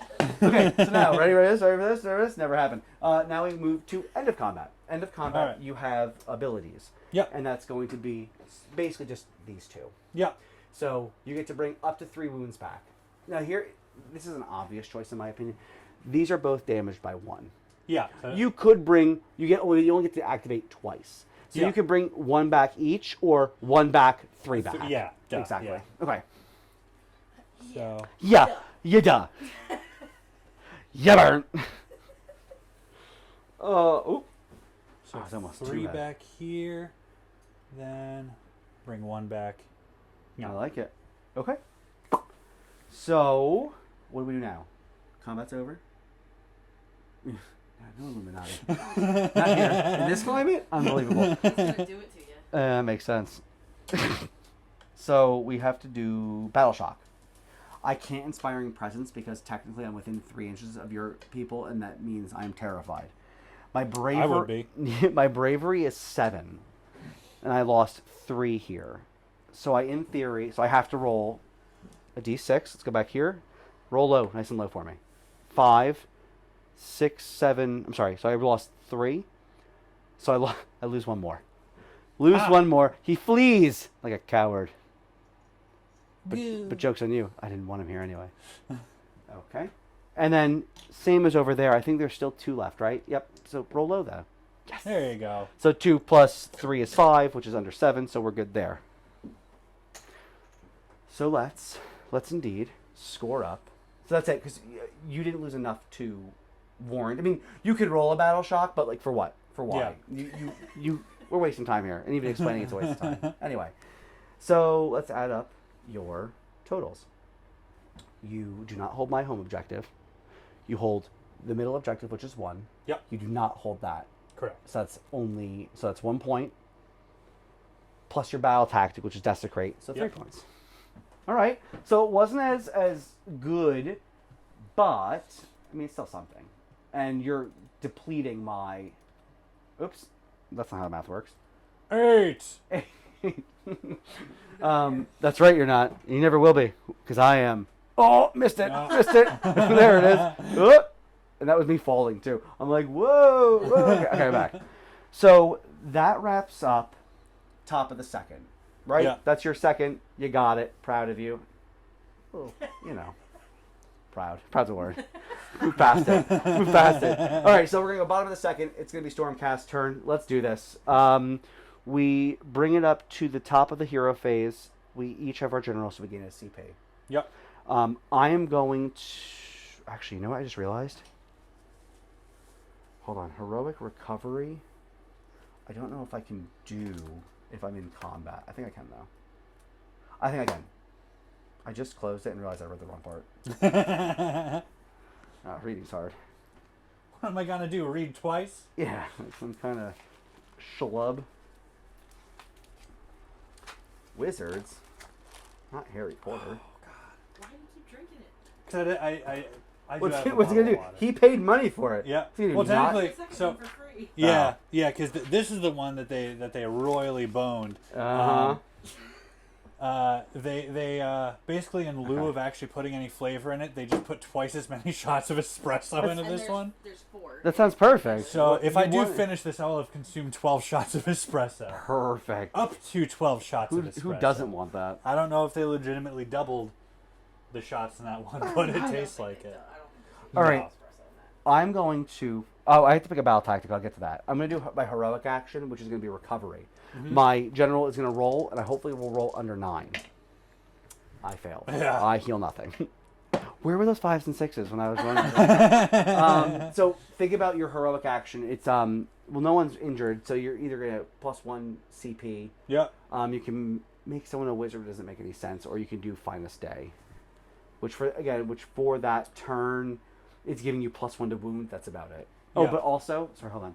The strike last and all that other stuff. This goes away. Oh yeah. I mean, at this point, I'm a little bit. I'm set up a little bit more where finest day might actually make some sense. Right. Yeah, that's a tough one. I think it's not that tough. You're in a very, very good position. Yeah. Very good.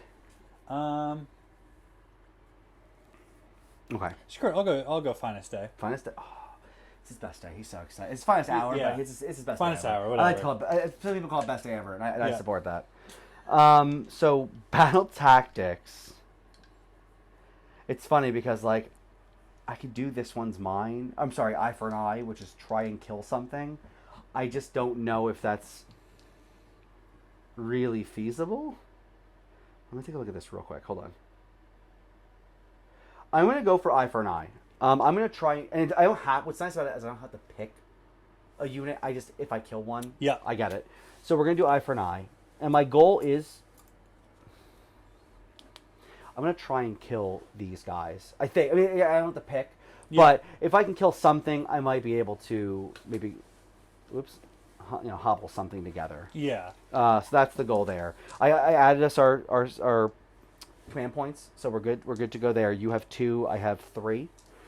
I have my heroic action, which I failed. And you did your finest day, or finest hours. That's good. I think I will then go to my hero face stuff, which is casting stuff. Casting stuff. I think. So I have a healing thing, a healing prayer, but the only problem is I can't resurrect. It's just healing. I think he's going to still do that, though. So it's a healing value of 4. I'm sorry, it's a prayer value of 4, but he gets +1 to prayer, and I get to re-roll it. So on a 3. I get it. There you go. And then I heal D3 to himself. 3. Look at that. Who would have thought? So he's only suffered 2 wounds now, which is pretty sweet. And then he will cast a spell. Oh, you know what he's going to cast? And you get to attempt to unbind it. We're going to try the old Arcane Bolt. Get it! 10! Ooh. Now things are... Millhouse is looking pretty good right now. Everything's coming out. Nighthaunt unbind! Oh, you can re-roll it, but I don't think that's going to help you. Yeah. Because it already looks like a 6. Okay. So he has an Arcane Bolt. Yep. He's going to sit there until movement, and then he's going to unleash. So that was the hero. I did his spell. I also forgot about the endless spell. But I can only cast one spell, so it's over. It's dead to me. Dude! Let's go to movement. That's what we'll do. We'll go to movement. So, pretty easy. These guys only move 4 inches. They're very slow. But that, I think, should get me This is an inch. But yeah, so that's gonna it'll get me up to here at least. Yeah. And I'll still hold your home objective because you are not on it. Ah, yes. Easy peasy. That's what I always say. I say that constantly. I don't think I actually ever say anything. These move 5 inches, but again, it's just I'm just gonna move up to here. These guys are not gonna move because I do want them to fight a little bit, I guess. And he'll move up to. It doesn't matter. I'm just moving him away, but he will be charging in at. Moving back a little bit, or moving back a lot of it. Jeez, I like the cheat. There. Okay. Look at that. Fastest movement phase ever. Shooting, I only have one, and it's going to be my Lord Imperatant. D6 shots. Ooh, big 6, boys. 3, 6. This is going to be 3, and I'm shooting into. I think I actually have to shoot into that one because they're a little hurt, and I think that's the group that I'm going to really try and pick off. Okay, you know what I mean? okay. So 3s and 3s. Well, that was not great. 3s and 3s. All right, good. 2 saves. Again, no Ren doesn't matter. So it's 2 4-ups. Okay. Night hunt. Okay. All right, one of them. 1 damage. So 1 6-up shrug. Shrug. Ah, okay. So you take 1 damage, but let's be careful. I think this guy, because you'll still stay in coherency. Yeah. Is that good? Yeah. Here, I'm going to hand that over to you. Pop him over there. So that's my shooting. I also forgot to unleash the arcane bolt. So we're going to move to charges. And in the charge phase, I'm going to D3. Oh, yeah. Take it out. So that's 3 mortal wounds. So 3 6-up shrugs. Or wards. You can call them wards, shrugs. Can you make one already? Shrug. No. No. So 3 more die. Damn. Now, here's the... Do you want to pull these so everyone still stays, but that makes my charge, an inch longer? Yeah. I'd rather do that. Okay. Yeah, you're great. And now I will attempt to charge. We're gonna go with the longer one first. Thank God. I will spend a CP. And we will re-roll that. Oh, please, I need like a 5. There you go. 8 will get there. 8 will get there. And their range, again, is 2, so I don't actually have to get too far in there. Then these guys, 8, which is cool because they have the impact. So I roll 8 dice. 2, 4, 6, 8. And then on 4-ups, oh wait, my front one's damaged. Not 10, 2. 4-ups are mortals. Whoa! Oh, wow. 2, 4, 6. So, I like that you're keeping the dice nice and neat. I appreciate that about you. So these are 6-up shrugs. So real quick, and I keep forgetting to bring this up. You have that ability. It's not for the whole turn. It's just for the phase, but it's shooting in combat. Never mind. You get the 5-up ward. But we're in the charge phase, so you couldn't use it anyway. Never mind. So these are 6-up shrugs. Just 1. So 5. Which is all of them. All of them. Yep. Woo. All right, so it's something. Hold on. It's something. Again, it's all about body movement. Hips and hips. You got to keep it sexy, right? On eat. Okay, so let's go back to top down. Pew. So you don't have to see me in my disgrace. The other thing is I want to charge my Lord Imperatant in there as well. 10. Nice. Yeah, he got it. Give me here. Meow. Actually, I don't know the noise that it makes, but it's a bird dog. Meow. Woof. Caw. I'm taking this eagle. That's all my charges. So activating is the real question. Where do I want to fight first? And I think I have to go into that big unit. Actually, you know what? when I shot that arcane bolt, I did 3 damage, right? And you didn't save any of them. You're within 12 inches here, so that 2 damage, 3 damage becomes 2. So 1 is still here. Ah. We'll just put him there. I think, now that I think about it, I probably should have charged him in here because I forgot there's only 2 here, and they're probably bound for death. I'm just gonna fight these first. That was a mistake on my part, and that's fine. You live, you learn. You learn. 2, 4, 6, 8. So there's 5 of them. That's 10 plus 1 for the prime. And I'm not having any. Like nothing is like debuffed. So I think it's just 3s and 3s. But do I want to make it 2s and 3s? I do. So this is going to be 2s and 3s. Do you want to... You can discorporate and give them 5 up wards instead of 6 ups. They bring you from 2 to 1. Because the thing is, my battle tactic is already achieved. I already killed that 1 unit. Yeah. So it's gone. But, I mean, 4 ups with a 5 up ward might not be so bad. Yeah. I think I'm going to go that route. Okay. Discorporate. Yeah. I don't know what that means, but they're more elusive. So these are going to be 2s and 3s. Oh, I wow. am so glad. Oh, wow. So look, 2s, those all would have been misses. And these are auto wound. Yeah. So these are 1 damage. But we'll just hold off on those for now. And then 3s. Okay, pretty good. So you have to roll 3. So roll 6 4-ups. Oh boy. Don't say it. Oh. Not great. Only so 2 of them. 2. So yeah. now these are 1 damage each. So now you roll these, and 5 ups. 5 and up are ignored. Which feels a little better than 6s, right? Yeah. Knock on.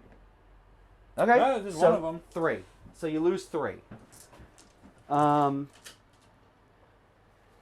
You can't pull any enough to get me out of to get anyone out of combat. Yeah. So I think what you just do is that. Is that okay with you? I'm just pulling. Now it's your activation. Now I activated this unit. I still have 1 guy and my general. So you could activate this if you want, or you can activate I think this makes the most sense, and it's either do you want to try and kill my Lord Imperator, not my general, yeah, or my 2 guys left.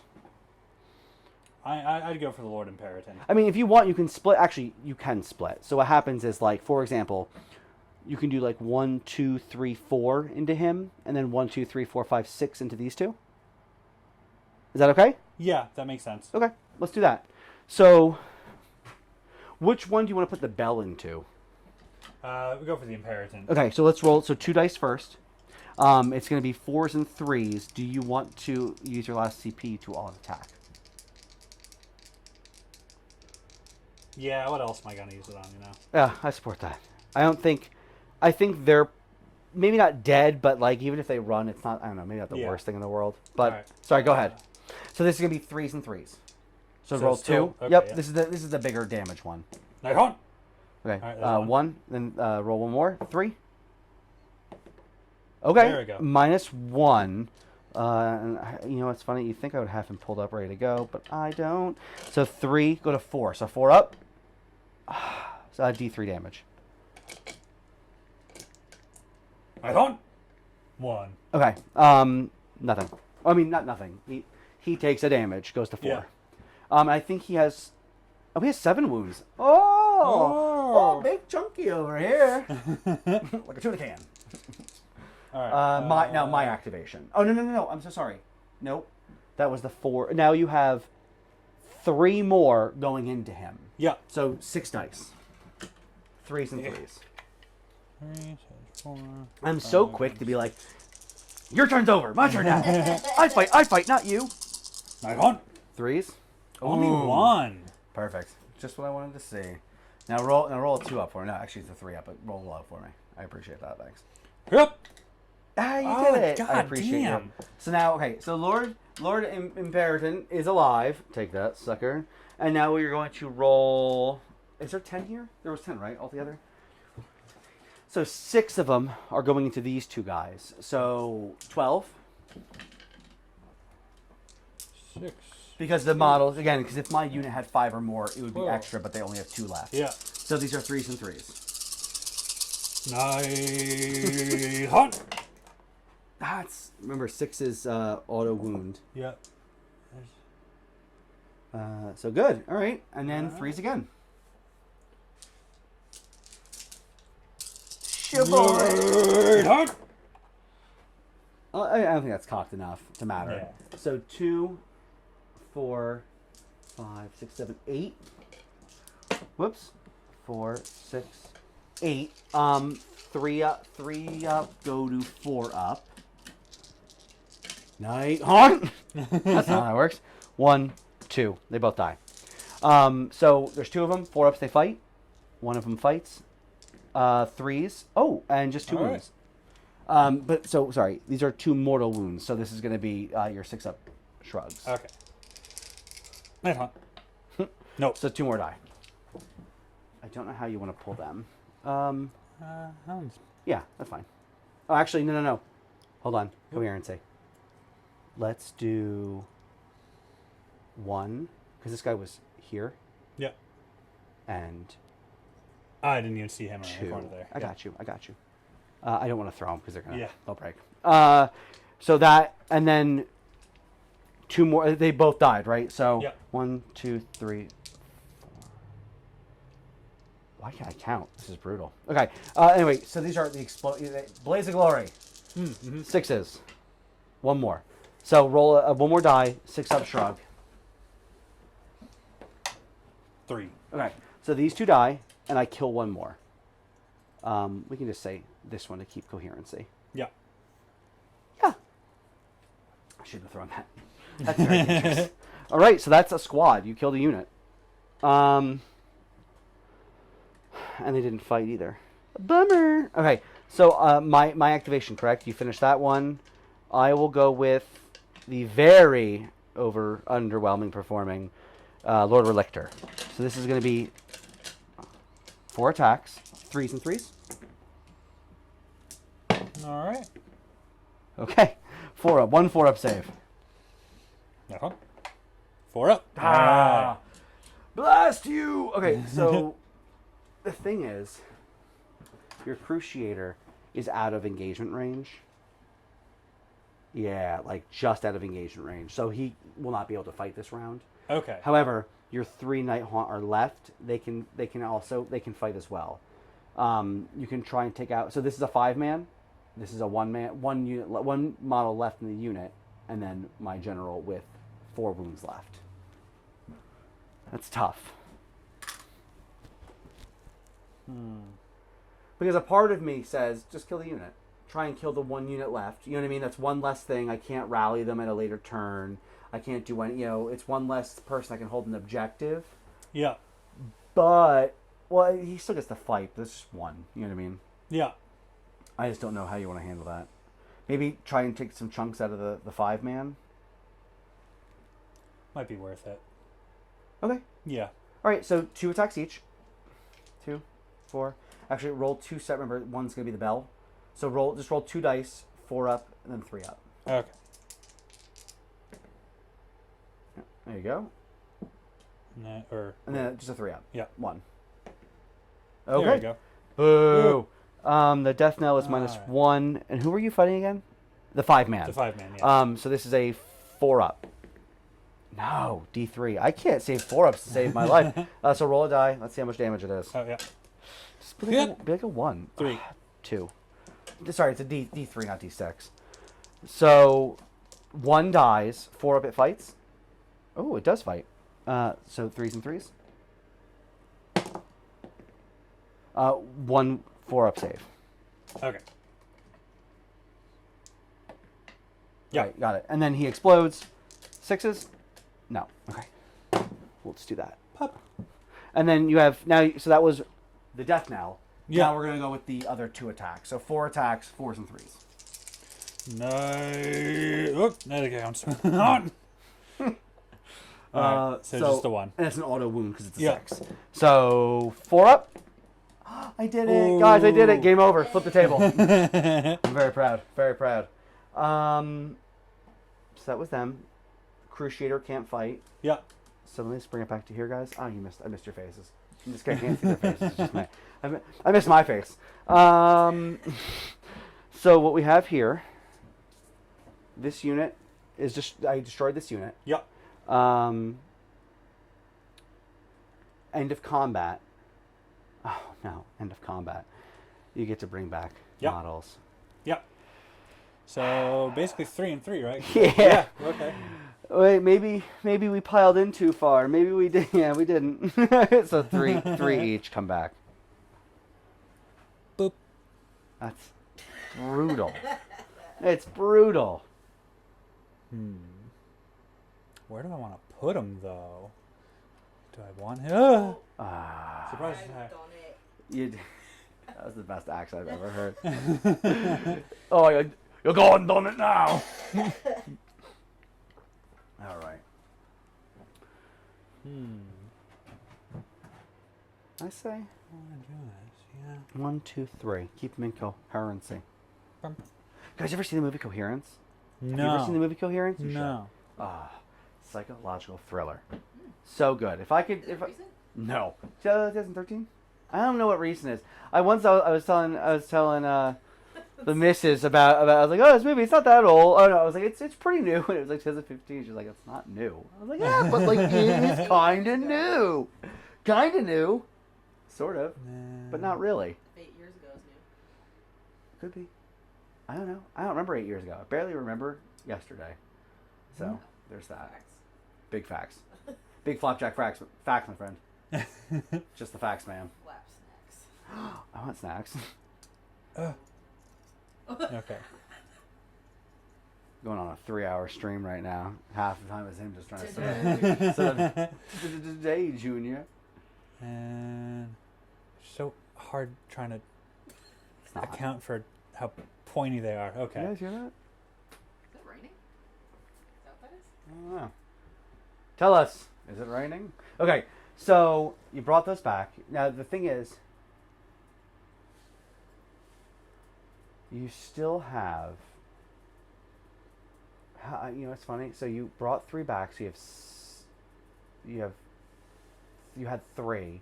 How many did you have at the start of the turn? 9. Something.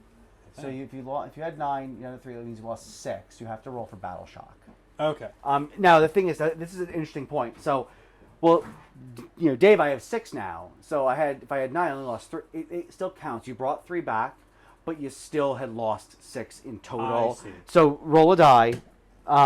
Your bravery is 10, and you have no more CP. So you can't inspiring presence. Mm-hmm. So let's see if you roll. You want to roll low on this one. Okay. Right on. 9 hunt. Got it. All So right. 6. That's 8. You're good. These guys. Scare a ghost. That's a good point. 2, 4, 6, 8. You know, it's so funny. 2, 4, 6, 8. Is it 10? 2, 4, 6, 8, 10. Okay, good. I thought we were at 11. I'm like, you can't go higher than that. Not that I didn't tell him you couldn't. So you really, world's your oyster here.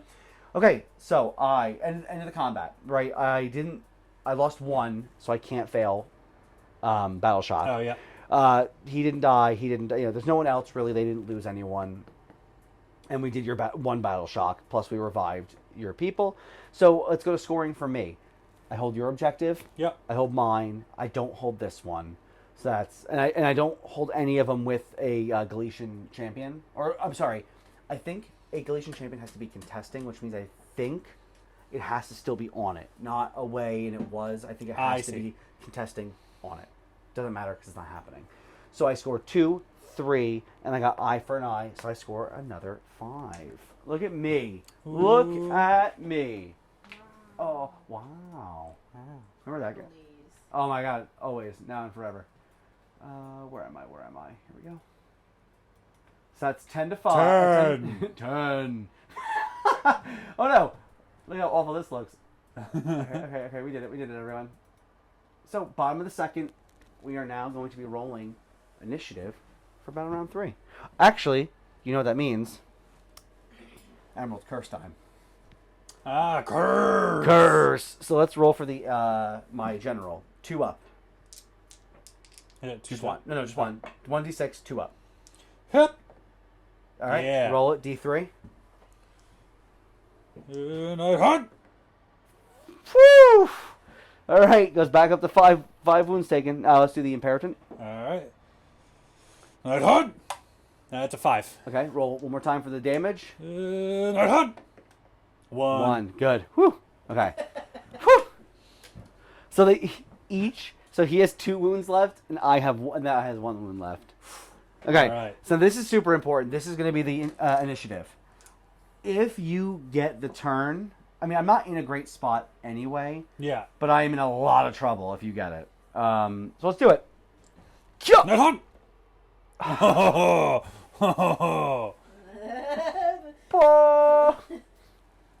He's crying. On the inside.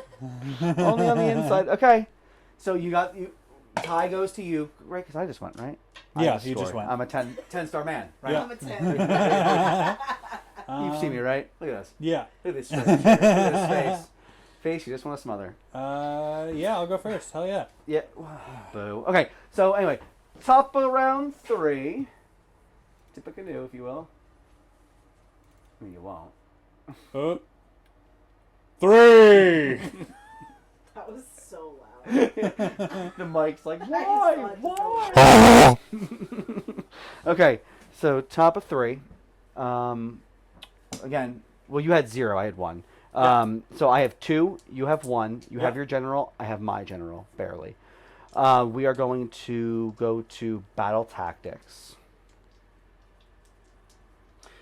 Oh, you know it's brutal? Well, that guy's not there anymore. So anyway, sorry. Battle tactics. You could do...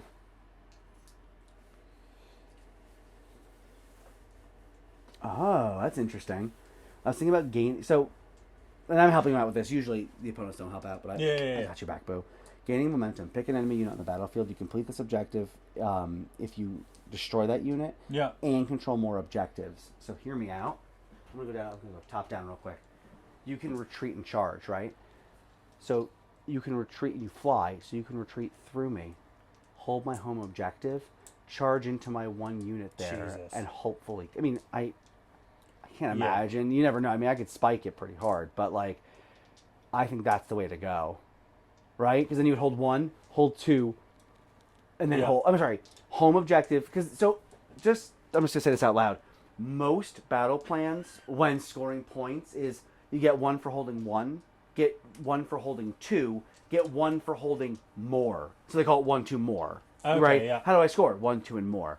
This kind of is like that, except for it's 1 for the center, 1 for the center if you have it with the Galatian champion, and then 2 for enemy's home, 1 for your own home. So you're not going to get 1 for your own home because you'd have to, there's no way for you to get there. Yeah. But I think gaining momentum is probably worth it. Yeah.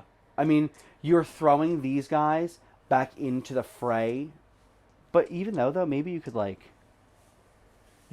charge that way to avoid them. How I roll for the charge. Yeah. Right, and again, you can retreat and charge. So Yeah. you could retreat these guys. Well, he's not retreating because he's out of combat. But you could retreat these guys and charge into these guys too. I mean, so the world is your oyster. That's my oyster voice. Oyster. It's pretty good. Everyone has an oyster voice. What's your oyster voice? So Good one. Up top. I loved it. So let's go with gaining. Yep.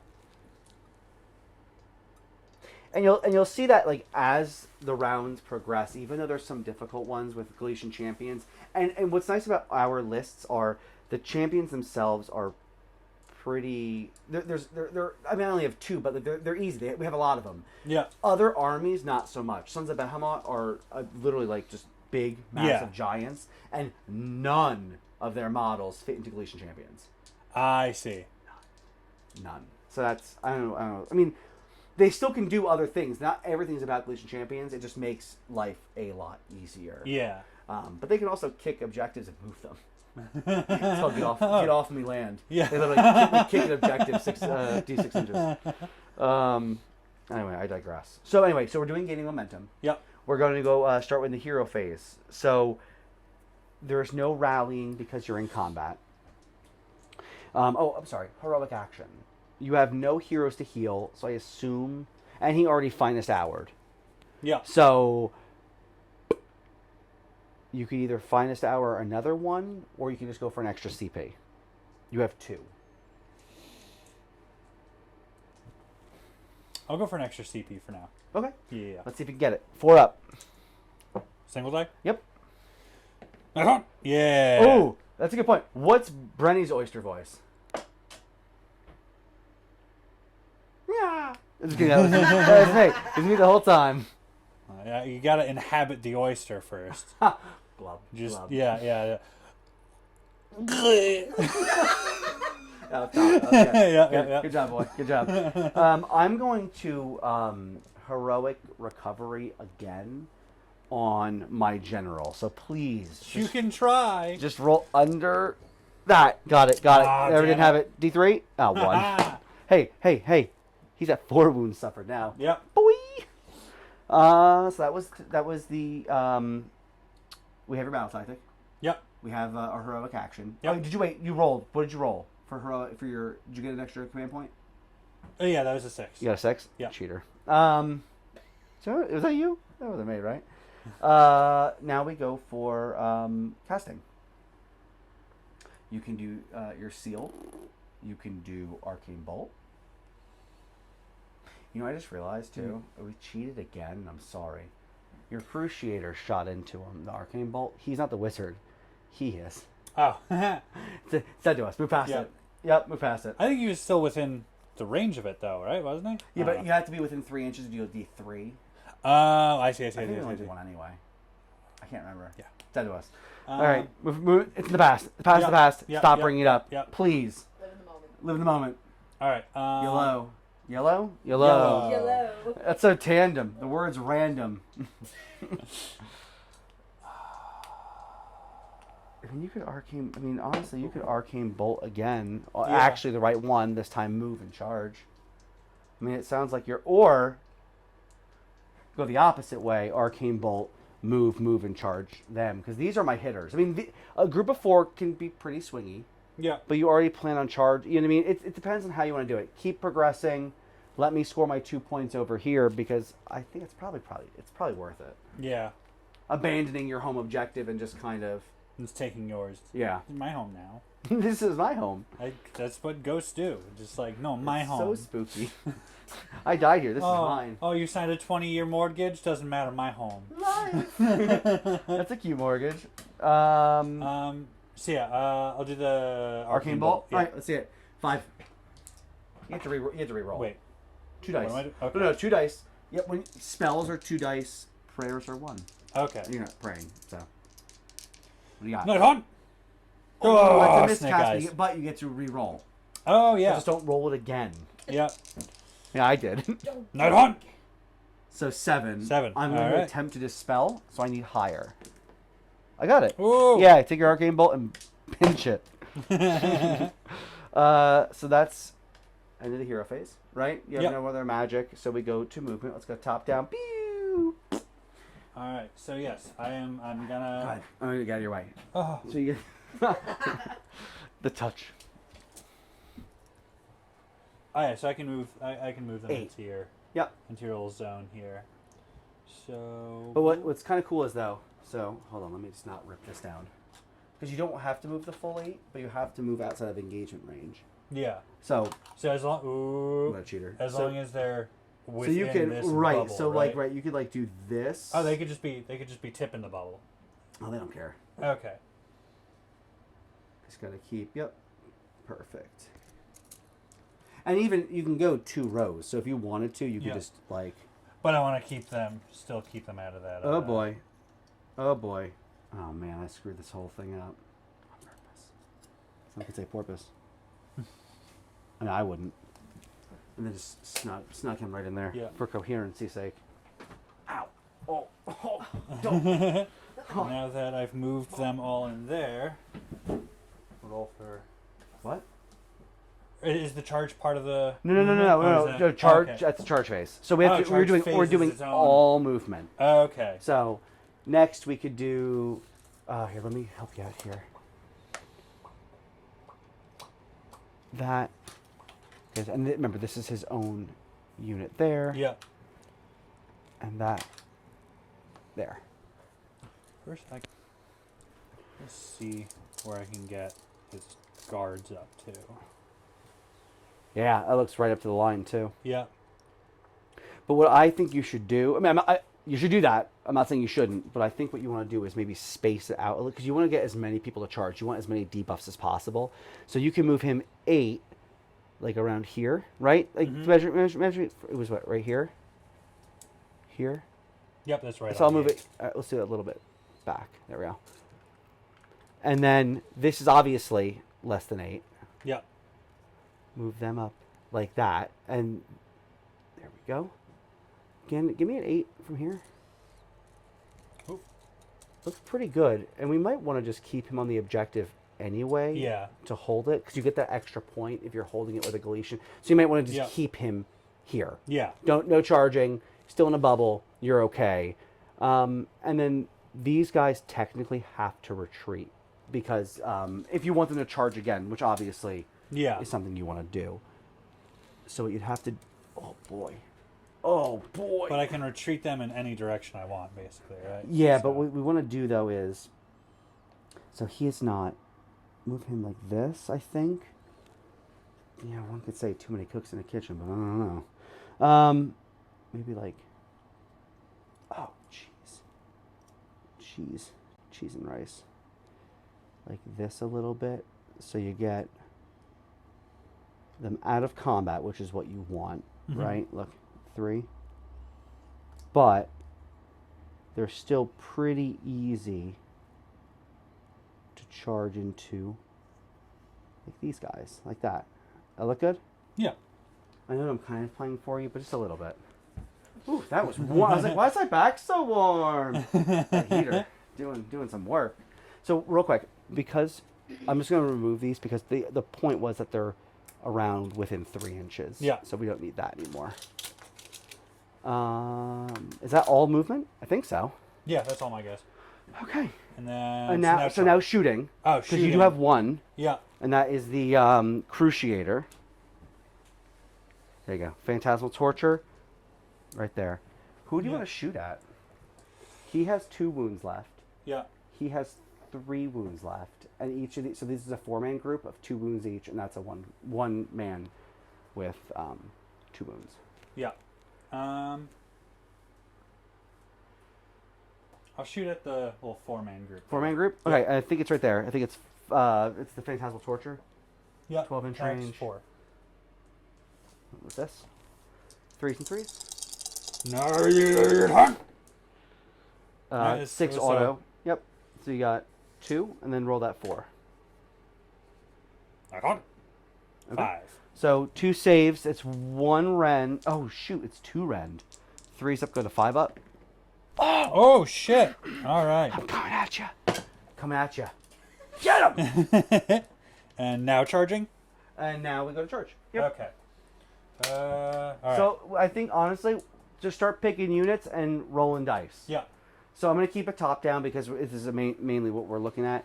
Yeah. Let me move this out of the way. Oops. 4 wounds out of the way. And I'll charge the. Yep. I knew that was going to happen. I was like, he's going to charge these guys. What do we got? What do we got? What is 8 that? Or 7. Okay. Well, I mean that obviously makes it. Yeah. So move him 7, and remember, I mean it's not that big of a deal. I don't know if you're going to be able to get out of range because you get 7 inches.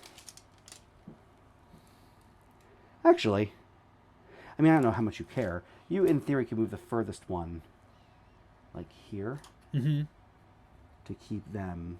Oh, out of range from that range. Group. Yeah. And I'll move this here. Yeah. You can just kind of curl them around. And you roll the 7, so that means you get the Shriek. I'm gonna put it here. This obviously isn't for you. It's for my character because I can't shriek you. As much as I would like to.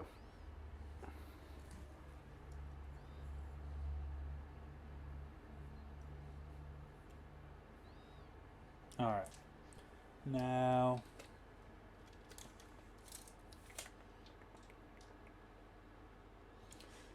I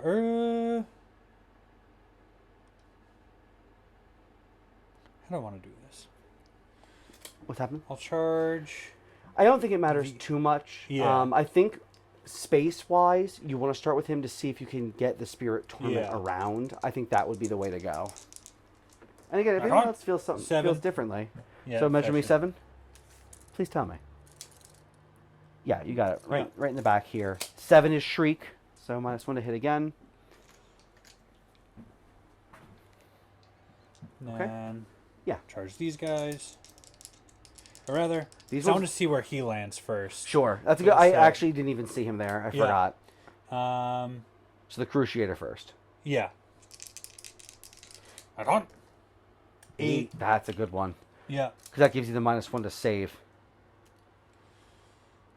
What you said you were going to kill this unit, right? That was the unit you said you were going to save? Yeah. I think I might try to get these guys to kill. Right. I think what you might want to do is because I want to keep him somewhere where they can easily, no matter how shitty I roll on the charge. This. Yeah. And then they can go in, and you're keeping the torment there because you want the extra point. Correct. So I'm rolling for these guys. Spirit hosts. Spirit hosts. Oh, okay.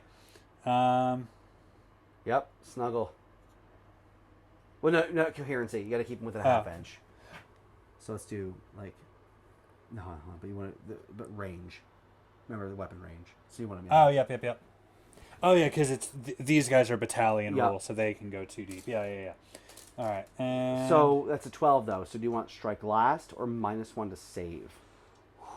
They currently have -1 to hit.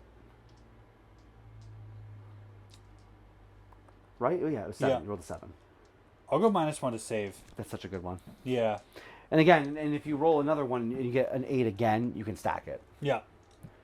And then roll a charge for my last battalion there. Or unit, that's okay. 6. So 6, and they're gonna go. So what's kind of cool is you can kind of pile them into both. Yeah. You know what I mean? Yeah. So can I see? Can I get 6 from this guy real quick? Perfect. Yeah. So you could just kind of. Boop. Yeah. Oops. Oh, just cheating left and right. But you can't stop me. No one can. Okay, there you go. Go ahead. You can. I'm just moving these guys. Just messing everything up that you're trying to do. I'm just facing them all away from each other now. Yeah, so you have to kind of do that the same thing with those sentinel or the wardens that I showed you over those long spears. Oh no. And then, so maybe not all of them can get in, but a good amount. That's good. You got it. And just tuck him in there. Yeah. And then he can actually probably. Okay. All right. Now that was a 6. So that's -1 to hit. No, that's it though. That's 2. So I assume -1 to hit. Do you want to give that to my general or to him? I think the general makes the most sense. Yeah, I'm gonna go for the general. And then that's all the charging, I think. Yeah. Brutal. Actually. So what's the? I'm not I don't want to charge him into them. Obviously, I'm just seeing what the distance is there for when it comes to your turn.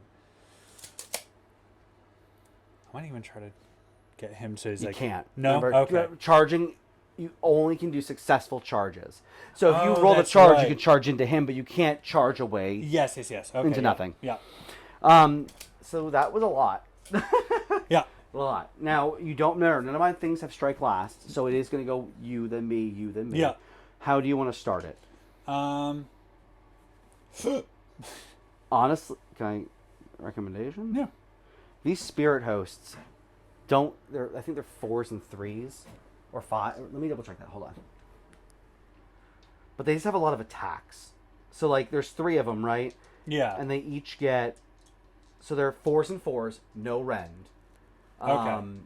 So you can all attack. So 3s and 4s, but there's 6 attacks each.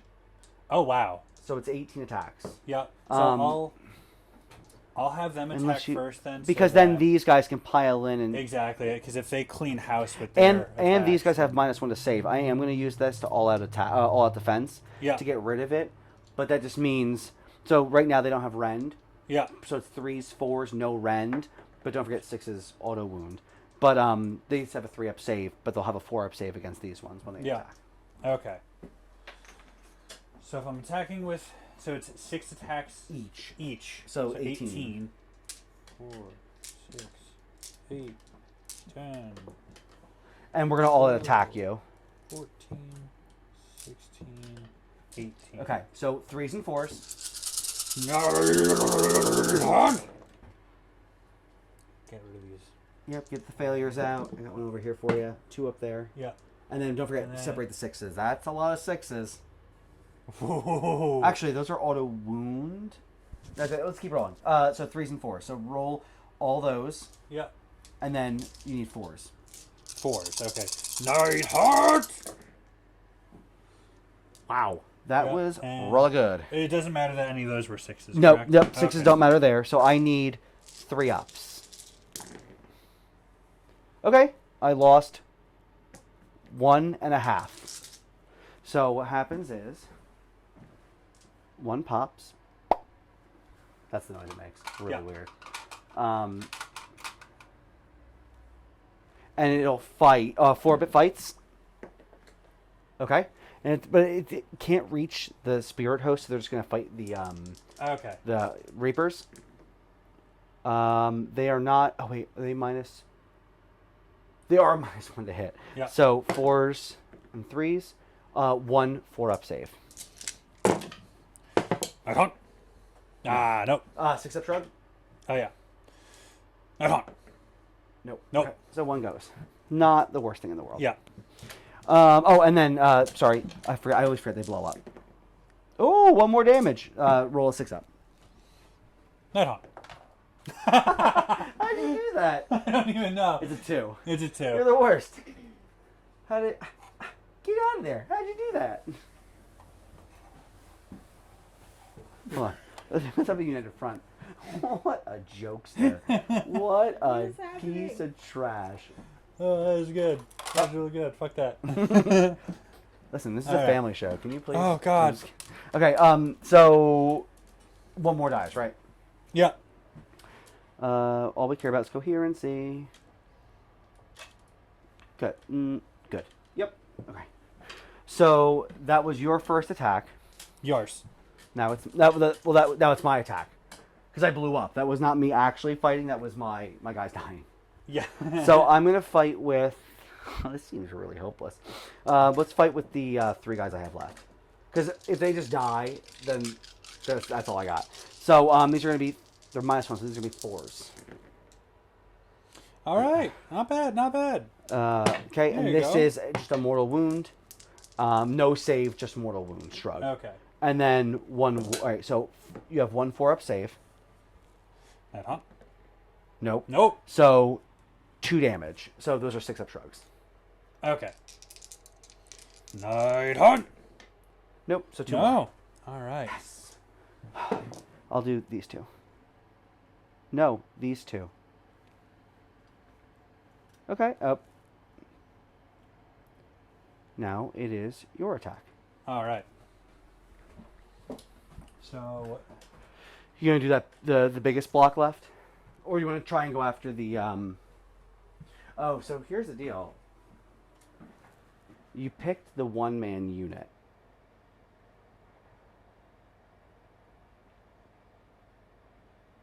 I think, honestly, you should put everything you can into from this block, so there's these 4, into him to assure that he dies. Yeah. That gets your battle tactic. Yeah. And then the other 2 can fight these guys. Yeah. All right. So we'll do the bell. So roll 2 first. Do you want to do all-out attack to guarantee it? Or, I mean, I think you probably have it. That might just be overkill. I'm not sure. Yeah, I'll just go straight. Just go. All right, so this is going to be 4s and 3s. Night hunt. Double 6s. Double wounds. Okay. And that's -1 rend. I am not... So it's a 4-up. So I fail 1. So 1 does D3. Roll a D3. Yep. Ooh, he's dead. Okay, so battle tactic achieved. But now he's going to explode and fight. But potentially fight. I do have to say, I've been rolling. Like I usually can't roll 4-ups. Yeah. But the fighting on death, I have actually been able to do. Okay, take this, your stupid reapers. Wait, so it's even though he has died, he is able to fight on death. Okay. And then they explode. Nope, none. Okay, so is my active. So, actually, no. You still have 2 guys left to fight into here, and those are the regular ones because you use the special bell on this one. So it's 4 attacks, 4s and 3s. Night Haunt.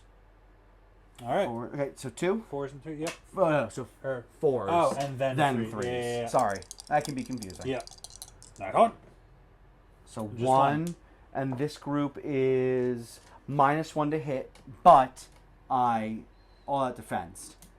So they're 3 up get it back, negates, but you're -1 rend, so it's a 4 up, which I fail. It's 1 damage, I think. Yes, it is 1 damage. So 1 dies, and again he will 4 up fight. That's a 6. It's a bomb. Okay. It's a 6. So he'll fight your Cruciator. Nope, both miss. Yeah, because he's -1 to hit. Oh, and then so sorry. Hold on. 6s, 1. So your Cruciator, roll a die for me to see if we ward it. Whoop. No. 1. So your one guy has 1 wound, I think, of 5. But you can see they're very difficult to injure. So that was this activation is now done. Yep. So my activation, I already did these guys. You killed this one, so it's just going to be him, and he's going to be very difficult to. Oh no, he's not debuffed. JK, LOL. So, what? Does my other group that's on top of him? When I guess I'm lost in the order here. No. So it's confusing because I fight on death. I think that's what's confusing. You started here. Yeah. Into there, killed 1. He fought on death. Now it's my activation. So I activated here. Did some damage to these guys. Yeah. Then you went, killed this guy, fought on death. Then these 2 killed this guy, fought on death. Yeah. That was your activation here. Now it's my activation here. When I fight on death, it's not an activation. It's just an ability that happens. So you went, I went. You went. Now I'm going to go. Okay. Does that make sense? Yeah. It's almost out of sequence because it's an ability because I'm fighting when they die. Yeah. That's all. But they're not actually. It's not like they're actual combat. It's like additional. Yeah. But he'll fight. Oh wait, did you? I'm so sorry. Was the -2 to hit to my general? I think it was to my general. My bad. So I thought it was on the one guy, but that makes no sense because who cares? So this is 4 attacks, on 5s. Okay. 5s. Whoa! All right. Okay. And then on 3s, in which I roll 2s. Wow. So one save, 4 up for you. Okay. Night Haunt. Nope. It's 2 damage. I'm not able to do any of the saves really. Holy. Most of my saves are just gone. They're within 12, so it's only 1 damage. So 6 up struck. Okay. Yeah. Yeah. Nope. Okay, 1 dies. Whoops. Which again, you will just bring back. Yeah. Okay, so your activation. Where would you, Brenny, like to go? Note, I have fought with everyone, so you just get to go. Yeah. So I just have these, and this guy obviously can't do anything. Yep. 1, 2, 3. So I just have these 5. So 5 here. Yep. So yeah, it'll be those 5 on Okay. him. So let's do 1, 2, 3, 4, 5. But again, we're going to start off with the bell. Yeah. That's separate. So that's 4s and 3s, unless you want. You did not already all out attack. I did not, so I will all out attack. All right, let me drop you down to CP, which brings you to 1. All right. So these are 3s and 3s. Night Haunt. Oh, 1 auto wounds. And all then right. Wounds. So these are -1. I think I'm a 3 up. So these are 4 ups. Oof. And the bell was D3, so roll me a D3. Oh, yeah. 1. Good. Right now, you're rolling 8. 2, 4. Yep. These are going to be 3s and 3s. All right. Night hunt. What do we got, boys? And Get that those 1 out, out there. But there's 2. Oh, whoops. Okay, and that's a wound. So you got to roll the 3 up. Right on. There we go. So these are going to be 4 ups. Oh, and they are 1 damage each. So that's 2. That puts me to 7, so he dies. 4 up fight. Oh, no. 4 up is the Redeemer units only. But he does explode. So 3. Does he have Thunderstrike? He does not. So 3, 4, 5, 6. So these are just 6s are mortal wounds. Yeah. None. Ooh. So here at this point, I mean, we probably could have done it a little sooner. What we can do is just kind of talk through. Let's bring us back to here. Hello. We're gonna 5. Wait.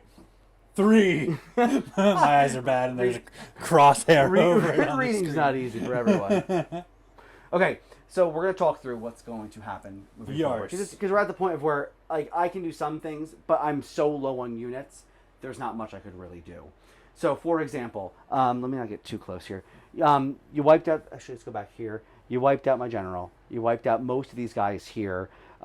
Your Spirit Torment still, and these 2 still get to fight, even if my guys somehow live. Yeah. You still score. Home objective, which is 2. Yes. Middle objective 1. Middle objective with the Galician champions, that's 4. Your battle tactic was eye for an eye, so that's 6. That's going to bring you up to. So sorry, excuse me. That's here. That would bring you to 14. 14. That's right. It's not there yet. I know. Now it is though.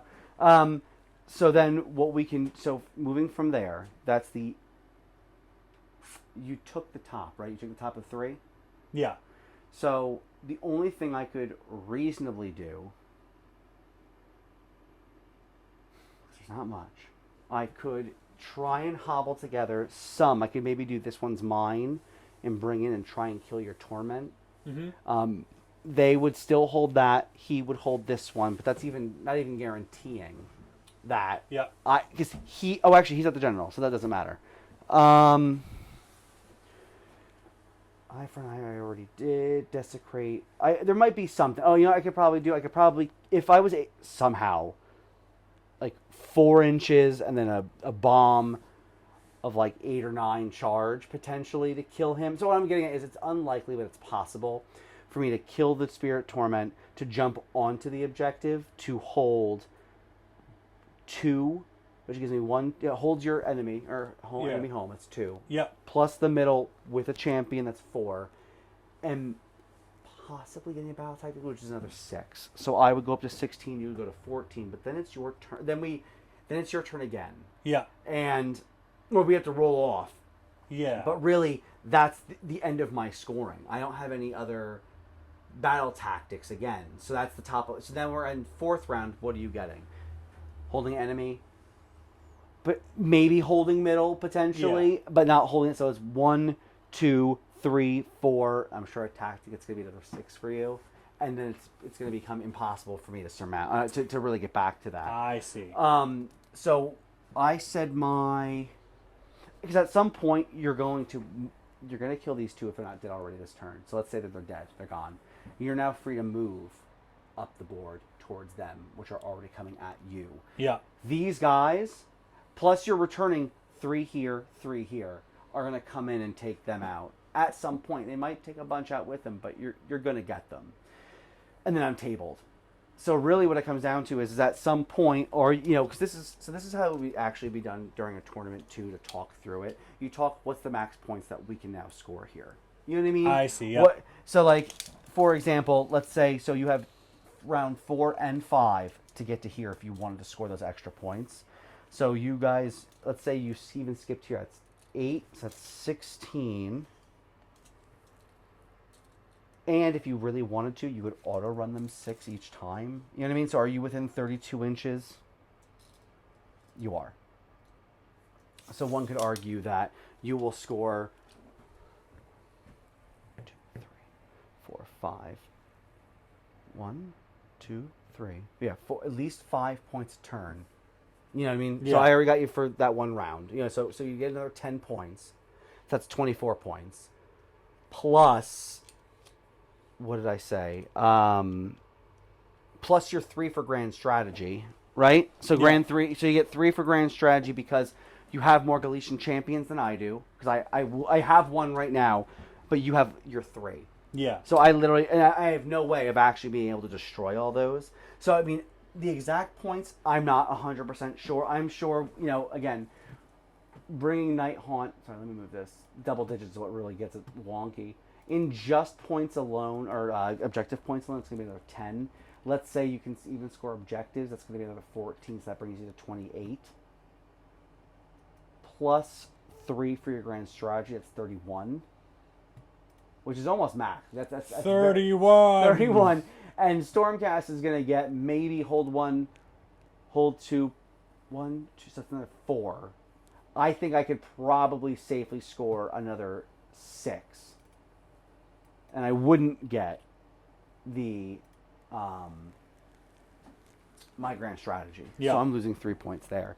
So I'm cool to call the game. Well, it's already called. But basically, good game. I had a lot of fun. Now listen, there was a lot of stuff going on. It was not great for Stormcast, but if I'm being honest, I didn't necessarily expect it to be. Annihilators are 1,000 points. 1,000 point games are tricky because it's about maximizing your efficient units. Annihilators can be efficient usually in multiples.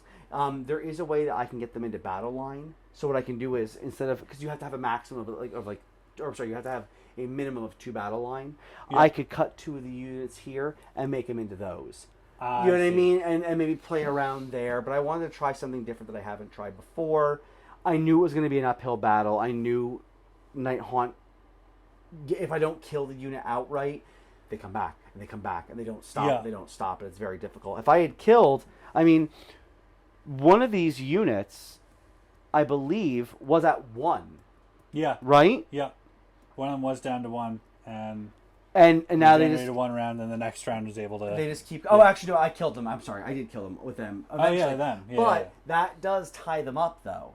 So instead of me trying to hike up the board because they were dead, I mean, I'll auto run a 6 for move them 10 inches up the board. They're wasting that 1 turn, but then maybe next turn they can get up into there and start taking out your Galician champions. Yeah. Unfortunately, it was not the case. They were stuck there because they don't have nifty things like retreat and charge. But anyway, I know that was probably confusing, and maybe even confusing for you guys too, unless you already know the rules. That's okay. But did you have fun? I did have fun. It was cool, right? It's a really fun army. It's a cool army. Yeah. Next week I will be playing Jake. Jake's coming back, and he's bringing his ogres, and he's bringing big old beasts, and I'm bringing dragons. I'm going to bring Stormcast dragons. Okay, so that's going to be a lot of fun. I am going to also post, not in Twitch. It's going to be on YouTube. The YouTube channel, you can check it out. Wargaming in YouTube. I'm going to post in the details some links to like really good how-tos. The Honest Wargamer, I listen to all of his content. Huge fan of everything he does. I mean, I use these are the Honest Wargamer objective tokens right there. I love them. But he just did a really cool review of the new General's Handbook, where he goes into the nitty-gritty details of each of all the little the things that are going on, the spells, the battalions, and all that stuff. Very awesome. Very good video. Mini Wargaming also put in there too. Mini Wargamer Gaming, I think, Mini Wargaming Studios has. They do a lot of free battle reports. It's really cool. He also did a 2.0. Warhammer AoS 2.0 how to play, and we are on 3.0. There are differences, but at least it gives you a good foundation. Yeah, you understand certain things, you know certain things, because things did change from 2 to 3. But not like enough that was completely, now you have to start fresh. You have to like unlearn everything you did and now learn it. You don't have to do that. It's there. So I'll put some of those links to the YouTube. If you had a good time, or maybe if you didn't, subscribe, like, comment. Let us know what we could have done better. Yeah, do a spite subscribe. Spite. It's a classic. It's a classic spite subscribe.